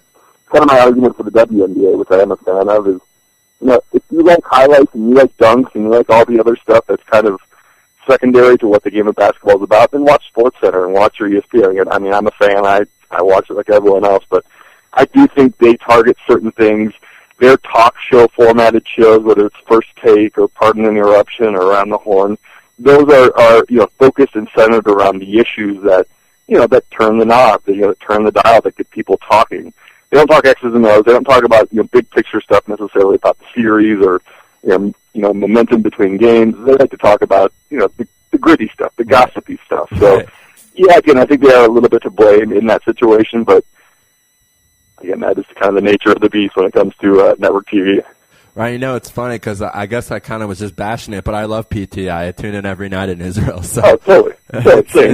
There's nothing like having, I think Kornheiser's 6-year-old man talk about 20-year-old women and just all his silly stuff. And sometimes it even gets him in trouble because I remember a couple of years ago he was suspended over the Hannah Storm comments. And that's always great in my opinion. I mean, I don't agree with what he said, but it's kind of funny to hear him, you know, add more than just the sports. Yeah, and those guys have some perspective that's unique to the network, which is why I think they're good. I mean, being 30-year-old vets, 40-year-old vets of the old school newspaper business. Right. I mean, those guys have been there. Those guys have covered sports, you know, for so long, as opposed to some of the guys that are out there now on the network, who are a little bit more in the new school, the new media end of things. But yeah, Kornheiser is great for those things, and you know, it does every so often get him in hot water. Right, and that, you know, it's funny. I was just thinking of what you just said. How there are a lot of young guys who have a lot of, I guess, power. Adam Schefter seems to be the new ESPN's new football guy. John Clayton used to be on more. I don't know if you noticed that, but now Adam's really taken over that role where John, I feel, was, you know, with ESPN since the 90s. So, interesting thing that you noted there. I want to move on now to a series that some people are saying could be one of the best series of all time. I don't know if that's true, but the Spurs against the Thunder is a very interesting, kind of the new school against the old school, going back to the old school theme. Are you looking forward to this series? I cannot wait, Rafi. I mean, this is my NBA Finals. I'm a Western Conference guy. 90% of the hoops I watch on a night in and night out basis is the Western Conference. I've been covering the Thunder for most of the postseason, and a little bit again as well for Slam Magazine, kind of going through this series, and I'll have a preview out on Slam Online in the next couple of days. But again, I think this is just the perfect kind of dichotomy. The old school, the new school, but the wrinkle on this is that, Oklahoma has been so impressive in this postseason, and, again, everyone kind of thinks of the Spurs and thinks of the teams of the last decade, 15 years, and those teams, the teams in the mid-2000s that won NBA titles, they won at scoring 80 points a game and playing ridiculous lockdown defense, and, this is a different Spurs team. The Pacers are still there, the Duncans, the Ginobilis, the Parkers are still there, but this team likes to run. This team likes to push the pace. This is the first team, really, that Oklahoma is going to face in the postseason that isn't trying to slow down the pace. Again, isn't trying to kind of dictate the tempo of the game. And this Spurs team is going to, they're going to get up and down. They're going to try and score 100 on the Oklahoma City Thunder. But again, I think the high for me is just going to be watching, just watching Russell Westbrook face off against Tony Parker and just kind of how that matchup kind of plays out over the course of the series. This is a series I can't imagine not going 7, but it does, but when you look at the Spurs, they haven't lost since January or something. They've been on such an incredible roll. Right. And, Duncan's healthy, he's been in years. They're just playing great. So again, this is going to be an exciting series for all purposes. Again, if you want to complain about the markets or it's Oklahoma City and San Antonio, who cares? No one cares about those markets. Then you don't watch basketball and you don't love basketball, because again, this really are probably the two most enjoyable teams for me aesthetically just to watch at all, and to have them matching up in the conference finals is it is going to be a real treat. Right, and I think it could be better than the NBA finals, because I think Pacers, Celtics, 76ers, Heat, whoever goes, especially if Bosch isn't back for the Heat. I think maybe not a sweep, but a 4-1 or a 4. I don't think it's going to be that competitive. I think this is going to be the most exciting series. And Russell Westbrook versus Tony Parker, that's going to be amazing to see them go head to head. Even though Parker's only 30 years old, a lot of people think he's 80 years old because he's been there for so long. But he was drafted right out of France, kind of like Dirk, at a young age. And he's still ready to go, and he's still young. He still can move. He had one of his best seasons, if not his best season, but because LeBron had such a great season, a lot of people didn't talk about it. So I agree with you. I think it's going to be truly amazing. James Harden, I think, is becoming a superstar before our eyes. I know he was a sixth man of the year, but I think next year he'll have an even bigger role. And just the benches of both teams also, and a lot of international basketball, Cub. And I know you like that. I know I like that. A lot of great players from, Ibaka's playing is from Congo, but for some weird reason he's playing on the Spanish national team. I'm not really sure why it is. I know he played there in the lockout. I think they recruited him or something. Maybe they gave him a big wad of cash. Who knows? He had done sports and played for Barcelona. Right. And he has some history with their youth program as well. So I think he kind of went for the dual citizenship with them. Right. Should I play for Congo or Spain? Yeah. Well. But again, the correlations, the breakdowns, the matchups. This is a very, much older team, experienced team with a very young team, but there's a lot of similarities. You mentioned Harden coming off the bench. Well, the Spurs have Ginobili. Basically the exact same thing. He's a starter. He's a finisher, but he comes off the bench. And again, what San Antonio has now done, and kudos to their management, they've filled the gaps around Duncan and Parker and Ginobili with some really nice young players. And again, I think this is going to be an exciting just matchup situation going forward. And you mentioned the international players, the deep benches. Again, this is going to be awesome. Right, and it's going to be more awesome, Cub. The Euro 2012, which will be starting in about 2 weeks. I'm so excited. It's going to be during my birthday. I was going to go with a friend to Poland and stay in Warsaw. It did not work out, so I'll be watching the games here, which is still fun. And speaking of Spain, wow, their team is loaded this year. They have a lot of talent. It's almost ridiculous how much talent they have and how many guys. I'm pretty sure Torres is going to come off the bench like he does in Chelsea, and just an amazing, amazing squad. Just if you could tell our listeners right now, you also cover some soccer, so can you tell them where they can check that out? Yeah, put down some breakdowns, team by team, group by group analysis. You can go to officefootballpool.com. Some guys might run a great site, and they've kind of added a bunch of soccer content to their site. They have great games you can kind of play as well. But I broke down all the teams there. I do a bunch of other soccer stuff kind of scattered across the internet. But Yeah, this is going to be an awesome tournament. Again, those of you who are fans of the beautiful game, the European Championships are, a 1A behind the World Cup, and a lot of people argue, the European Championships might be even more enjoyable, more competitive. You have less teams. It's a smaller group of competition. But this summer's plans to be, I think it's super, super exciting. We've got 3 or 4 really solid potential championship winners, and the European Cup has shown year in and year out, you never know. In 2004, we had Greece. 20 years ago, it was Denmark. I mean, you have these opportunities for these smaller nations to kind of jump up and take home a big trophy. But again, I think Spain, unfortunately for them, big news out today, though, is David Villa. Right. The Barcelona striker is not going to make it. Again, he hasn't been playing for Barca for the last few months, but it looks like he is not going to be on the roster for this summer's tournament. Right, and he was big in the last tournament. Of course, he moved over to Barcelona, which it seems everyone kind of does at some point. If you're Spanish, you've gotta go play there just because it's the way it is. But what's interesting, Cub, I'm looking at your website right now. You have them as your number 3 seed. So I just started looking at it in the last 10-15 minutes. Who is your number 1 seed? I tried to shake it up a little bit. Spain obviously should be the favorite. They're kind of the proverbial, proverbial favorite coming in. They're the defending world champs. They're the defending European champs. I'm just worried, and again, with Villa not playing, I was worried a little bit about their ability to finish up top. Yeah, I mean, they're loaded. They're probably the best midfield potentially in the history of the sport. But I like Holland right now. I think Holland and Germany are in a unique situation. I don't like their groupings, obviously, with the fact that they're going to be in the same group together, as well as Portugal. Like, Group B is ridiculous. Right, group of death. That is, and then to throw Denmark, who could be a number 2 or 3 seed out of most of the other groups, to throw them in as well. They're the guys sitting there shaking their heads. But, I've seen a lot out of Holland over the last, let's say 4 or 5 years. They were obviously in the World Cup final 2 years ago. They've been a little bit snake-bitten here and there, but I just think this summer's the right time. Van Persie's finally, I think, going to show up, for his nation. He's been an amazing club player, obviously, for years for Arsenal. Right.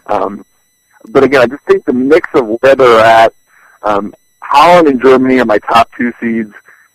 Again, you mentioned Spain. Spain I have in there 3, but to be honest with you, I mean, this is a 1A, 1B, 1C thing for me. Right.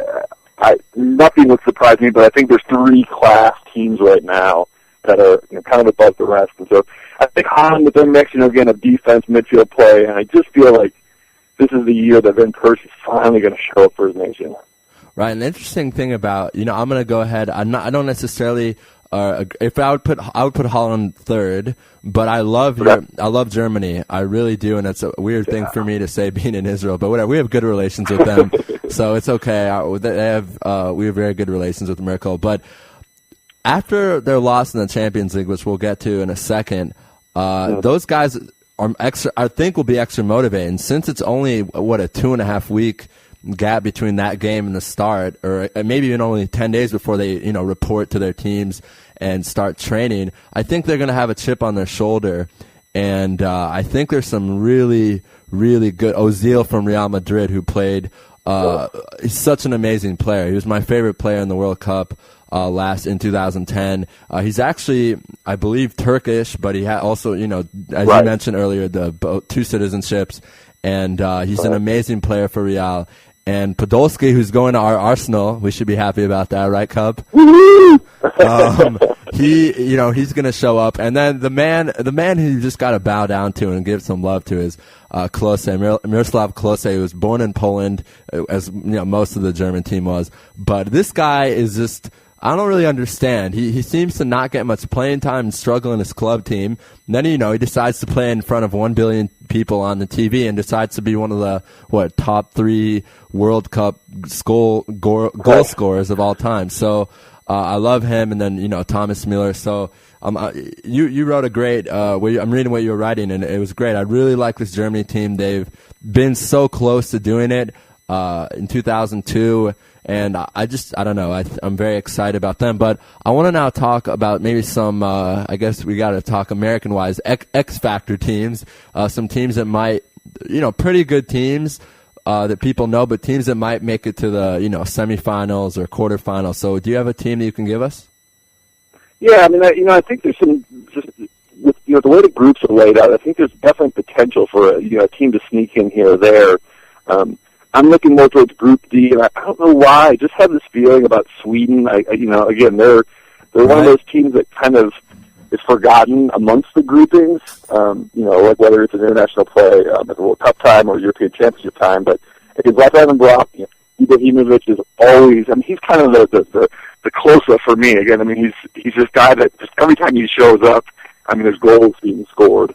Obviously, he's had a pretty strong season with AC Milan. But I think Sweden has this thing. They have a bunch of young guys again. Their midfield is solid. And again, that Group D is one of those groups that just, England, France, I just can't put my whole support behind either of those nations, just based on their recent form. Again, England and France, in recent international competitions have just been so spotty with their performances, and I'm just not certain about, the entire English side. I think they're the class of Group D, England, but Sweden's my sleeper that might kind of sneak out of there. I also like the way Poland kind of matches up with some of these other nations, because that Group A is so down.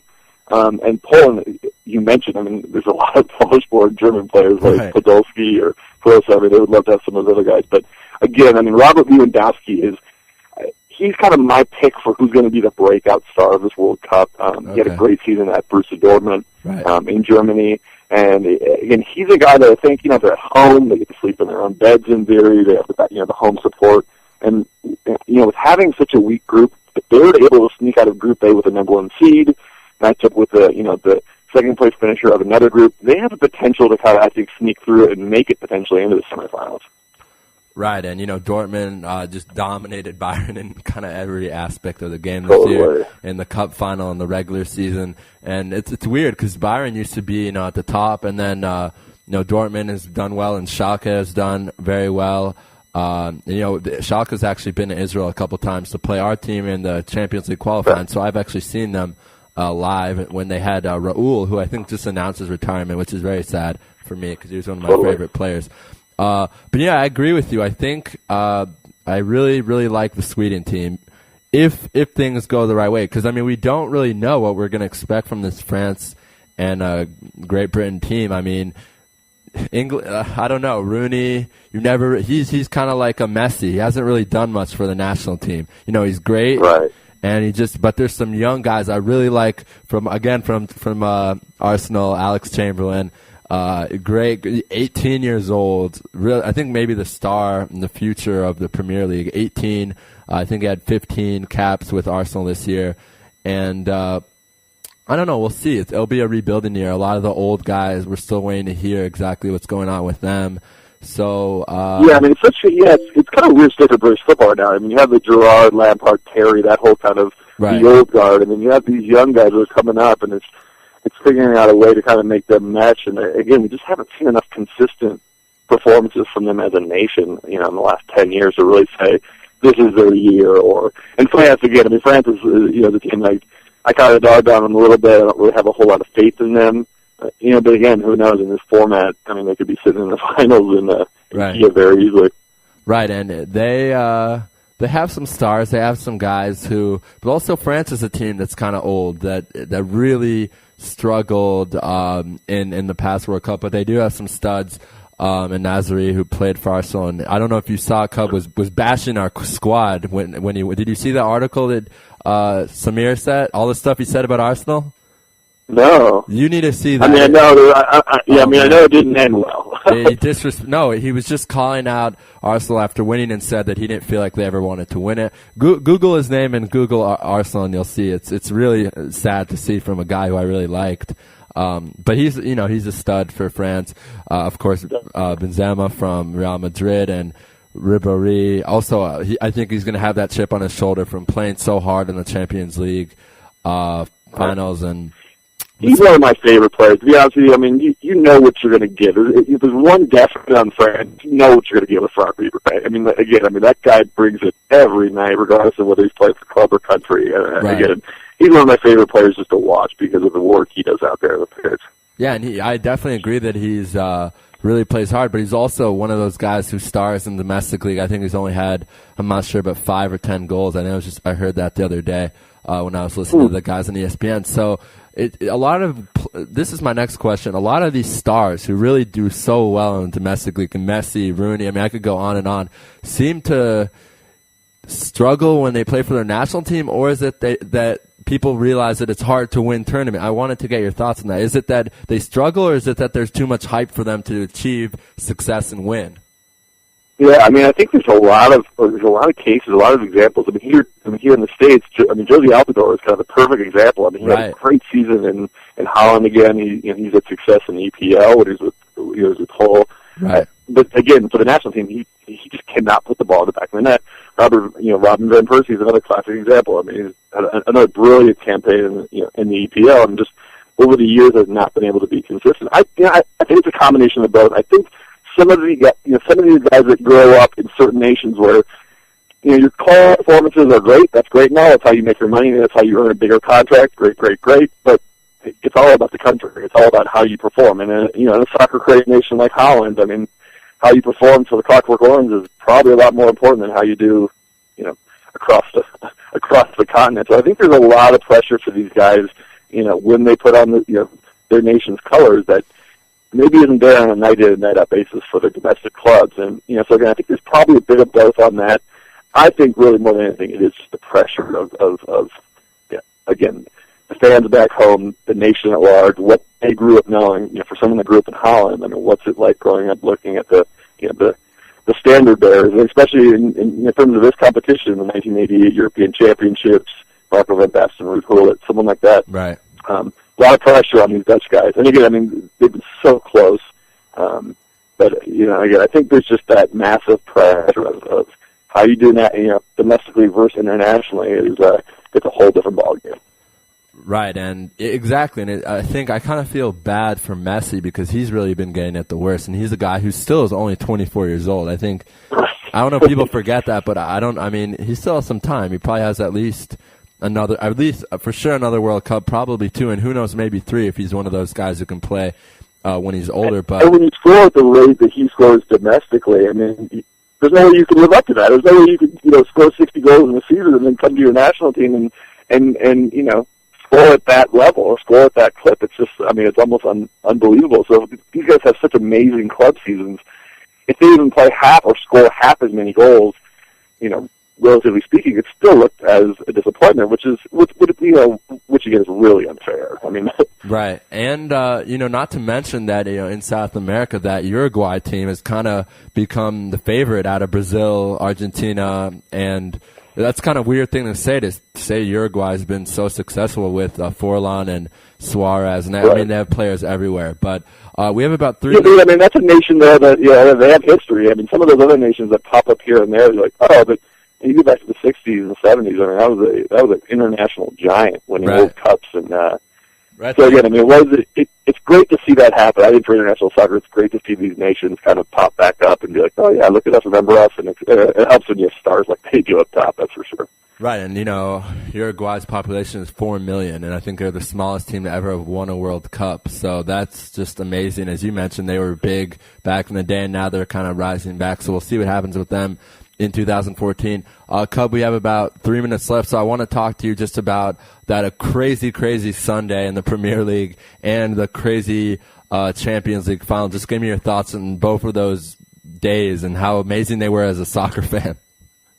Well, again, I mean, I think if you enjoyed watching the game and you weren't completely moved by both of those games at some level, I mean, Man City, that was very familiar with the '99 Champions League final. I think you and I had that conversation over Twitter, which is probably my favorite soccer game still to date. When Manchester United came back from a goal down against Bayern in that Champions League final, scored right before the end of regulation, and scored again into extra time to take home the Champions League title. Again, for Manchester City, I mean, they're kind of the Uruguay of the EPL, a team with lots of history. But when I really got into soccer in the mid-'90s and throughout, I mean, Manchester City was kind of irrelevant. They weren't even in the Premier League. So, that was a great, and again, for them to kind of pop back up, obviously it helps when you have billionaires funding your roster. But again, I mean, that was an amazing kind of comeback for Manchester City, considering the situation, considering the stakes, considering the time. I mean, it was like that was kind of the spotlighted game at that point in the season, and it was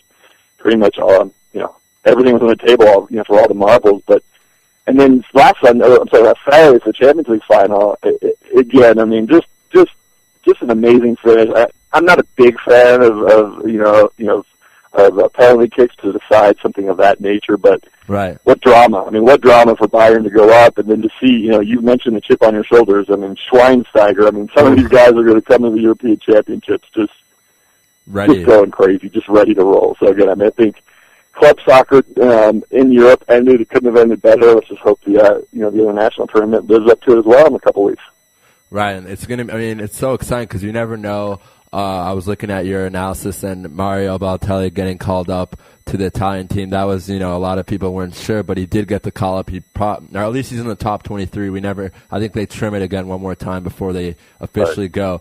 But he'll probably get in. I mean, he has so much talent. And I mean, and they need help up top. And that's the one thing Italy always is looking for is strikers. So I can't imagine they don't try and. The year. Some action done. The year they won the World Cup, I think they had Luca Toni, who, I mean, no offense, but he just wasn't the best striker, but they still won with him, which was kind of weird. And you're definitely right. They've always been lacking that. But I think Russia is a team that has a lot of young guys that people don't know about. And Portugal, I think, who was it on Port? I think it was Nani, that said something like, be aware of Portugal. We're going to go far. No one's talking about us. So, what an amazing That's team. what happens when you get put in the same group with Holland and Germany. I mean, it's exciting. It's unfair. It's kind of everything rolled into one the way those groups have laid out. And yeah, I think Portugal's a team. I mean, that team I probably should have mentioned is a team that could sneak up. They have way too much talent. They have experience, and they have Ronaldo. And again, it's almost like a goalkeeper in like in the NHL playoffs. One guy can make a huge difference if he's able to put the ball in the back of the net. And Ronaldo had another beautiful year in Spain. Yeah, and you know what? Ronaldo has actually played. I think he has had 30 or 40 goals for his national team. So that's the kind of number we're looking for, not 7 or 10 or whatever Ribéry has. And a lot of Pepe from Real. I mean, a lot of people that people think are on the Spanish team. It's kind of funny. I have a lot of friends in America who you tell them that, and they're, oh, I thought that person was Spanish, and no, they're Portuguese. So anyway, Cub, it's been a pleasure. We'd love to have you back on in a couple of weeks to talk some Euro if you're interested. Totally. Let's do it, Robbie. All right, sounds good, Cub. Have a great day, and thanks for coming on Louis Live on IsraelSportsRadio.com. My pleasure. You guys have a great day as well. Thanks again. Thanks, Cub. Okay, that was Cub Union from ESPN and Slam. Great stuff there. We're going to be dialing up Jim Williams right now for the last 20 minutes of our show. Jim's the man. We love having Jim on. We're dialing him up right now. We're going to start with soccer because we're trying to do that here at Israel Sports Radio, do a little more soccer talk for you guys. So we're dialing up. Louis Live. Hi, Jim. You're on Louis Live. How you doing? I'm fine, thanks. How are you? I'm doing great, and it's a great way to end the show today with Jim Williams from the Washington Examiner. Jim, I don't know if you were listening to the show just now, but we just had a great segment on soccer, so I was hoping I could talk to you a little bit about that Champions League final, because I know you wrote a great article about it. So what an amazing match and drama at the end, and what were your thoughts on the performance of Drogba?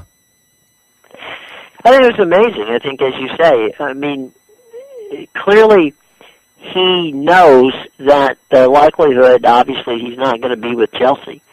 And if you're going to put, a for sale sign out, this would be the way to do it. And clearly, he went out with a bang, and it's an amazing situation. And I think that, this is why, to many of us, soccer is such an amazing sport. I mean, you have individuals who rise up and take the game in their hands at just the right time, and not necessarily are they the ones that you would be pointing to.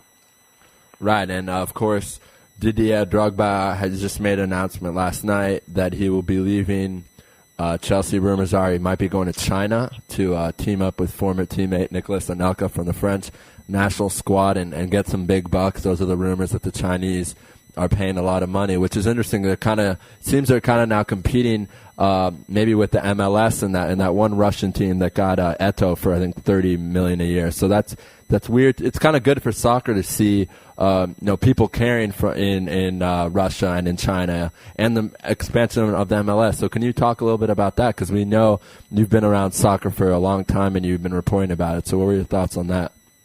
Well, I don't know that he's going to go to China, but I mean, the money will be out there. The money won't be at the MLS. I mean, the MLS has has a plan. If you really look at what the template of the MLS is, it's much closer to the Bundesliga than it is anything else. I mean, their goal is to keep their stars in house, or as close to the United States as possible, and to try to develop relationship. And yes, Beckham was brought over, Thierry Henry was brought over, but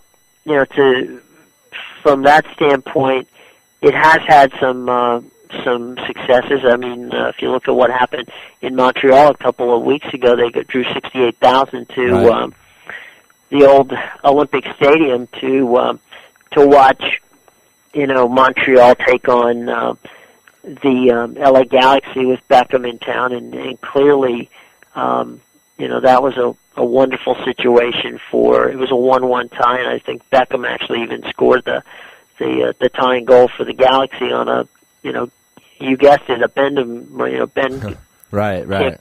a sidewinder that he got from off a set play.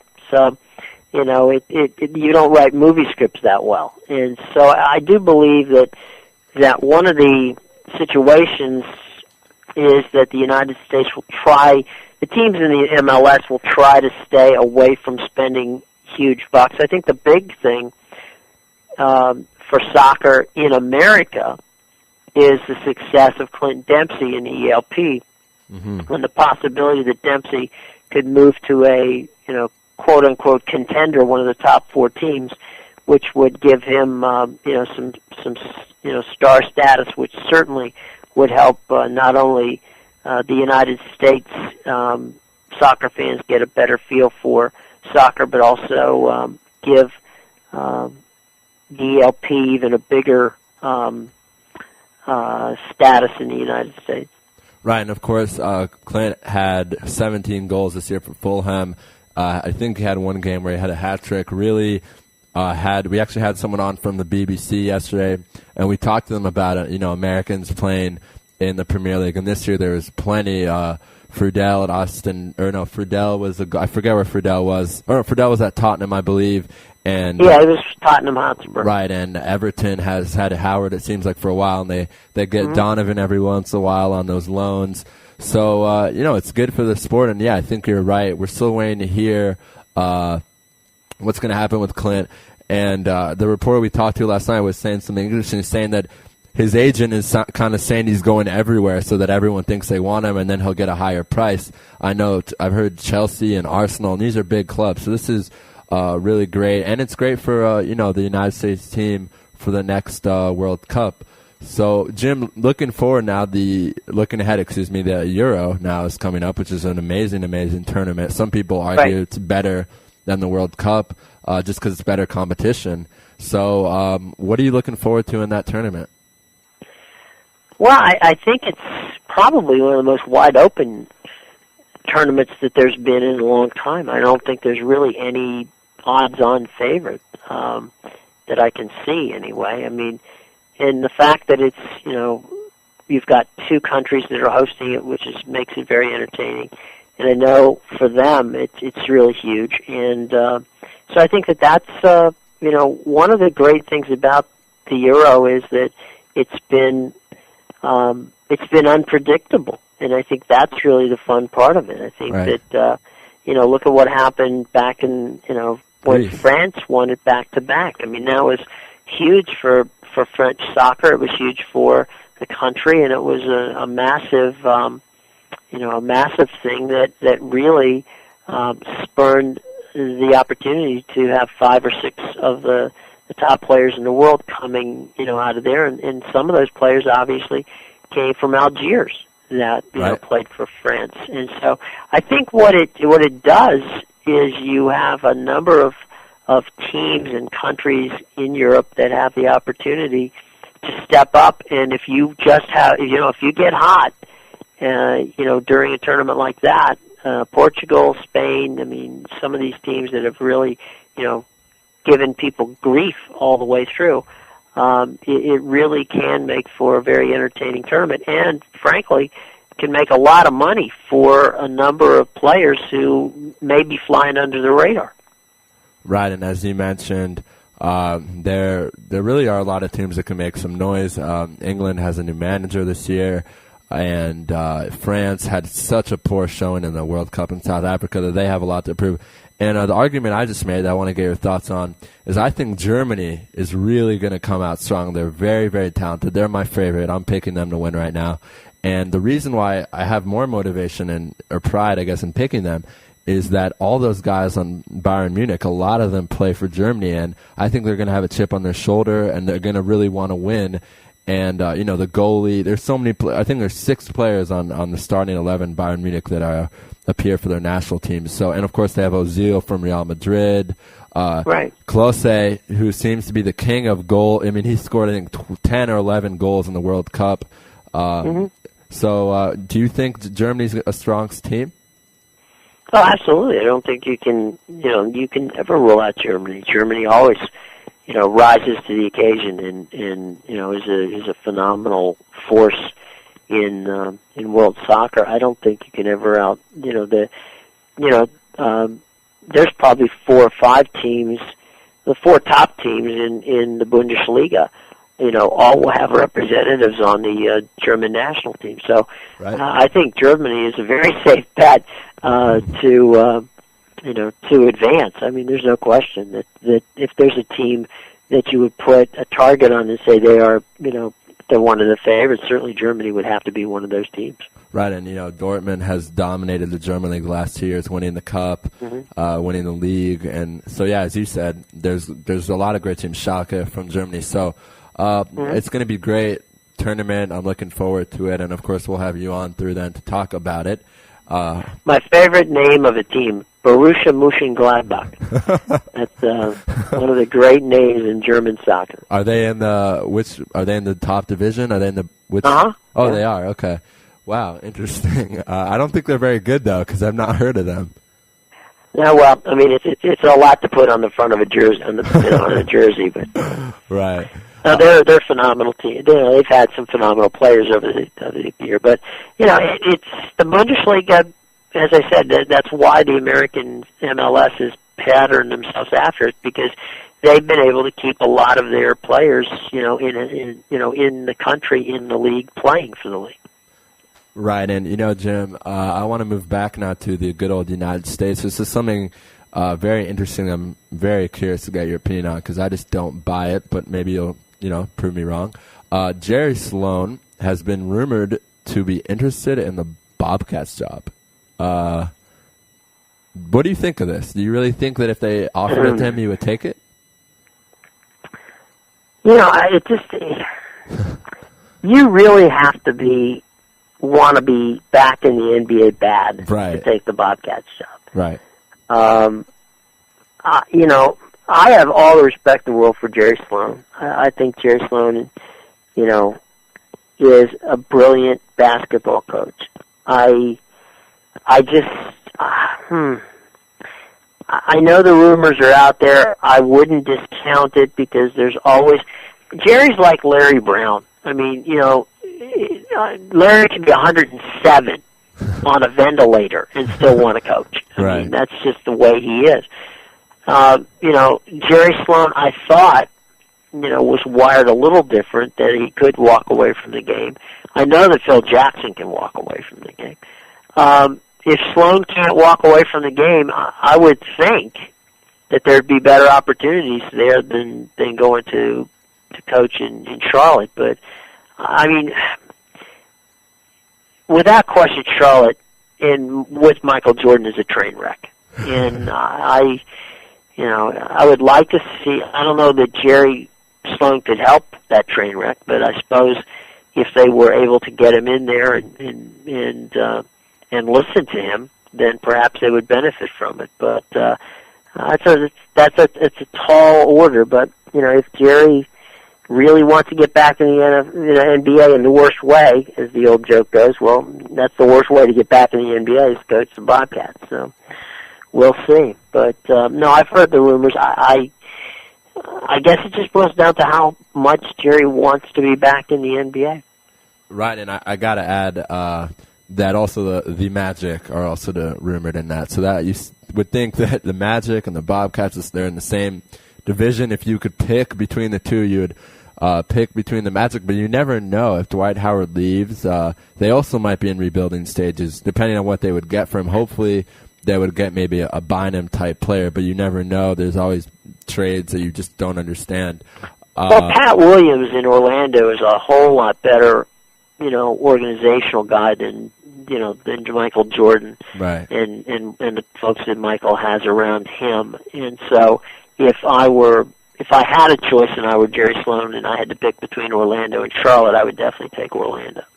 Okay. Even with the uncertainty of whether Dwight Howard would be back, because rebuilding in Orlando, at least they have building blocks. In Charlotte, they have some building blocks, but they got a lot to build between. To make a contender in Charlotte is just that's going to take that's a total renovation. That's not a building. Right, and the funny part about it, we talked about this on our show a couple of times, I think even with you, Jim. 2010, 44-38, Gerald Wallace, Boris Diaw. I mean, they had it, and they just got rid of everyone. They shipped him off. They also had a great point guard who's now Raymond Felton. I mean, they were a good, not a good team, but they were a 6th seed in the East, and it's so scary how all those players are gone now. And now I can't even name players on their team besides Kemba Walker and there are people in Charlotte that can't name players on that team. So right. don't feel bad. Right. I don't know. I mean, Michael Jordan, for as great a player as he was, he's really just a horrible executive. Yeah, and it's sad. I mean, it's just sad because such a great player. And rumors also, this is another thing that I think is going to make Mike not look too good, is that he's really taken a close look at Patrick Ewing Jr., his former, what I guess you could say, character on Space Jam. They were in that film together. And of course they battled it out in the 90s, but looking at him about being, hiring him as a new coach, and of course he was on the bench for the Magic working personally with Howard. So I don't know, Jim, do you think that Patrick Ewing Jr. would be the right fit for this Bobcat team? Well, I think Pat Ewing wants to be a coach in the NBA. Right.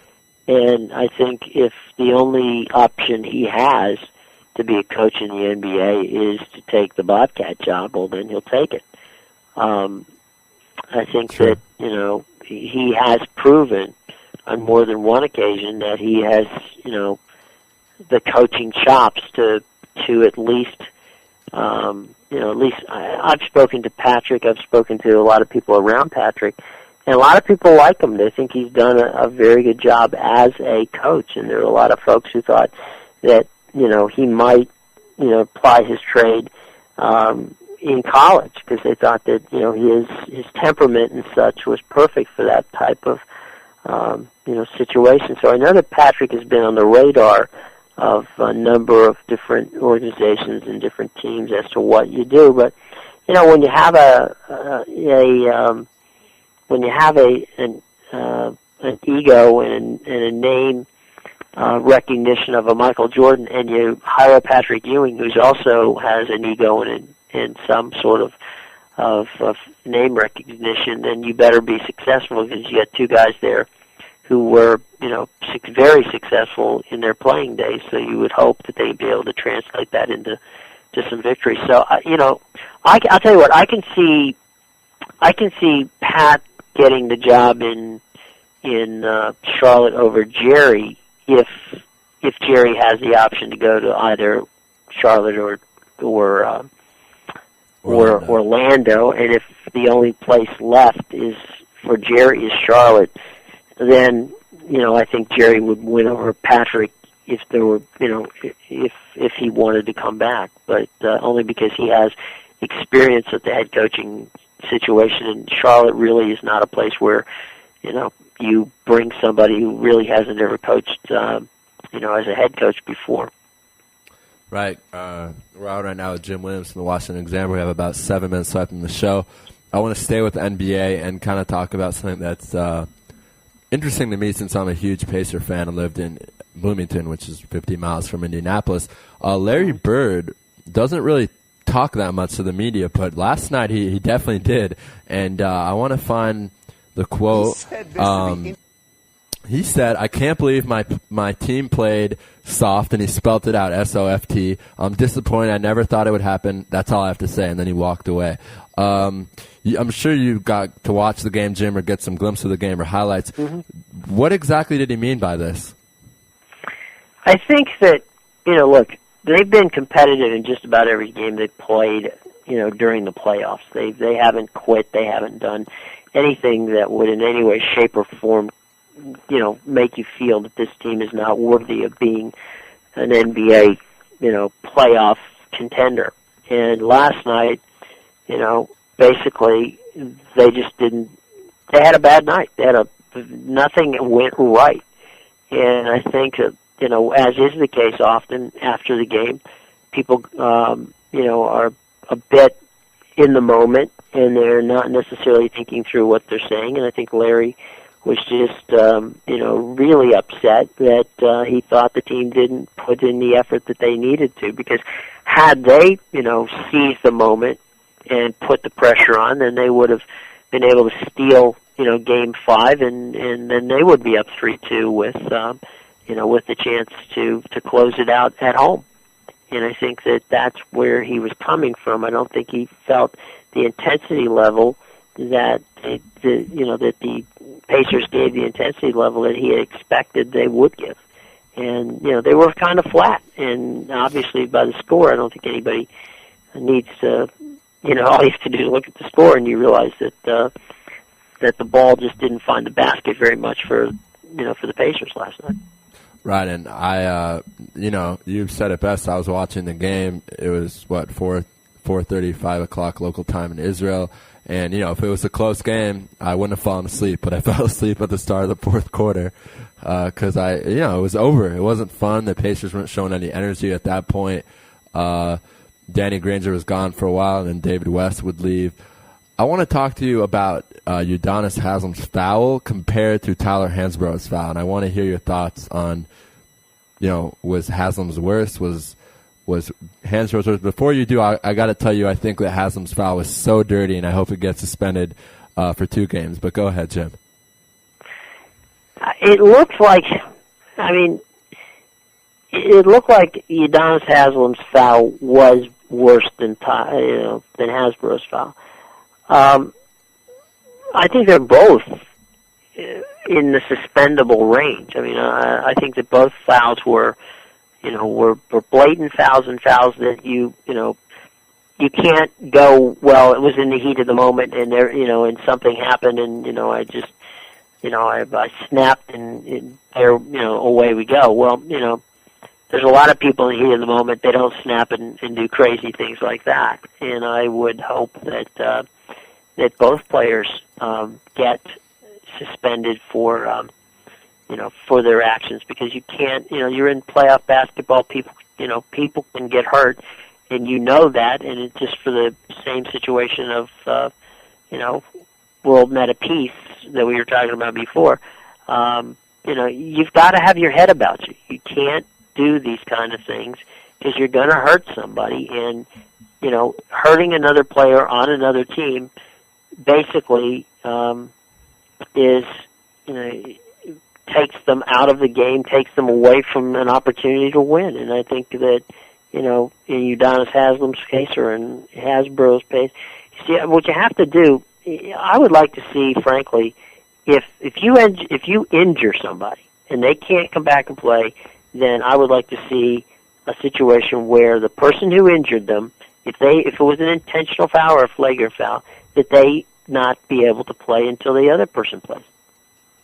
Right, and I think Jim, was it you who mentioned that during the whole Ron Artest and James Harden? Did you say that on that show? Yeah, I said that I thought that he shouldn't play during as long as he was out of the game, then I didn't think that Artest should be able to play. And I thought that I thought the same thing in hockey. I mean, if you take a player out, I mean, we had a situation during the season where a cheap shot, which clearly was a cheap shot, and the guy got fined for it.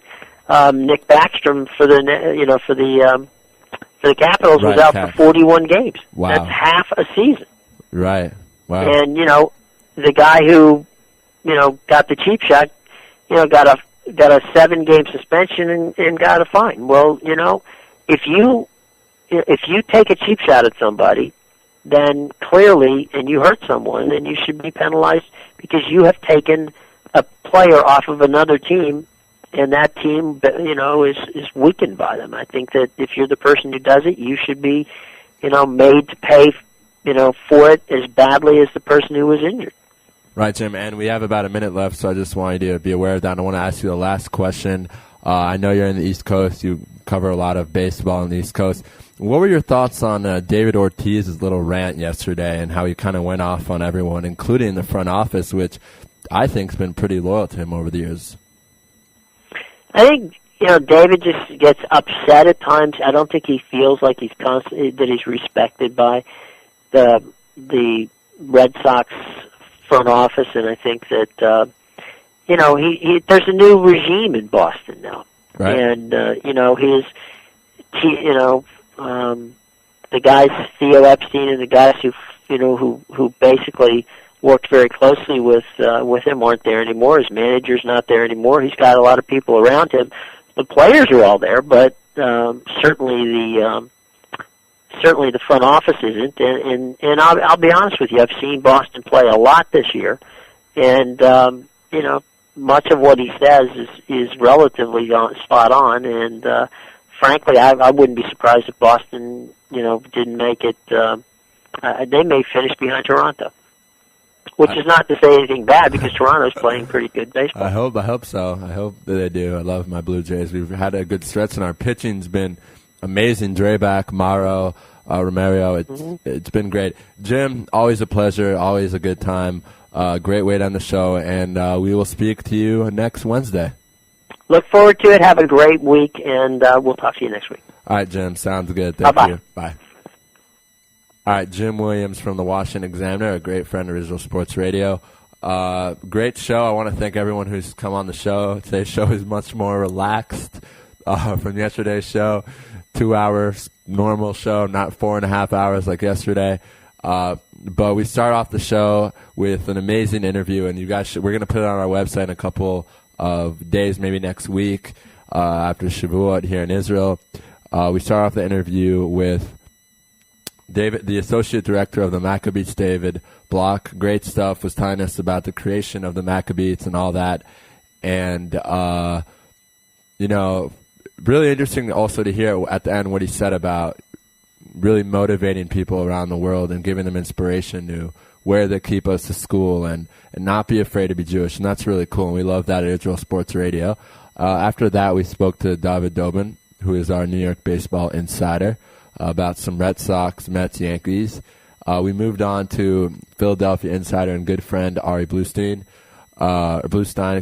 and had a fun time talking about NBA as we always do with him.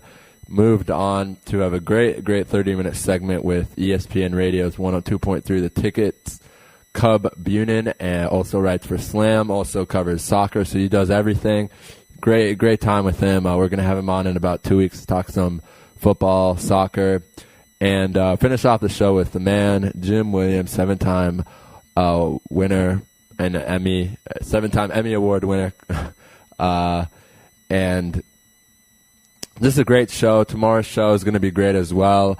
Tommy Smith from ESPN, Mark Sibber from Fox Sports International. We're trying to get more soccer on for you guys. We hope you like that. Give us some feedback and let us know if that's good or not good. And that's it for tonight. Thank you for tuning in. Have a good night in Jerusalem, and have a good afternoon in America.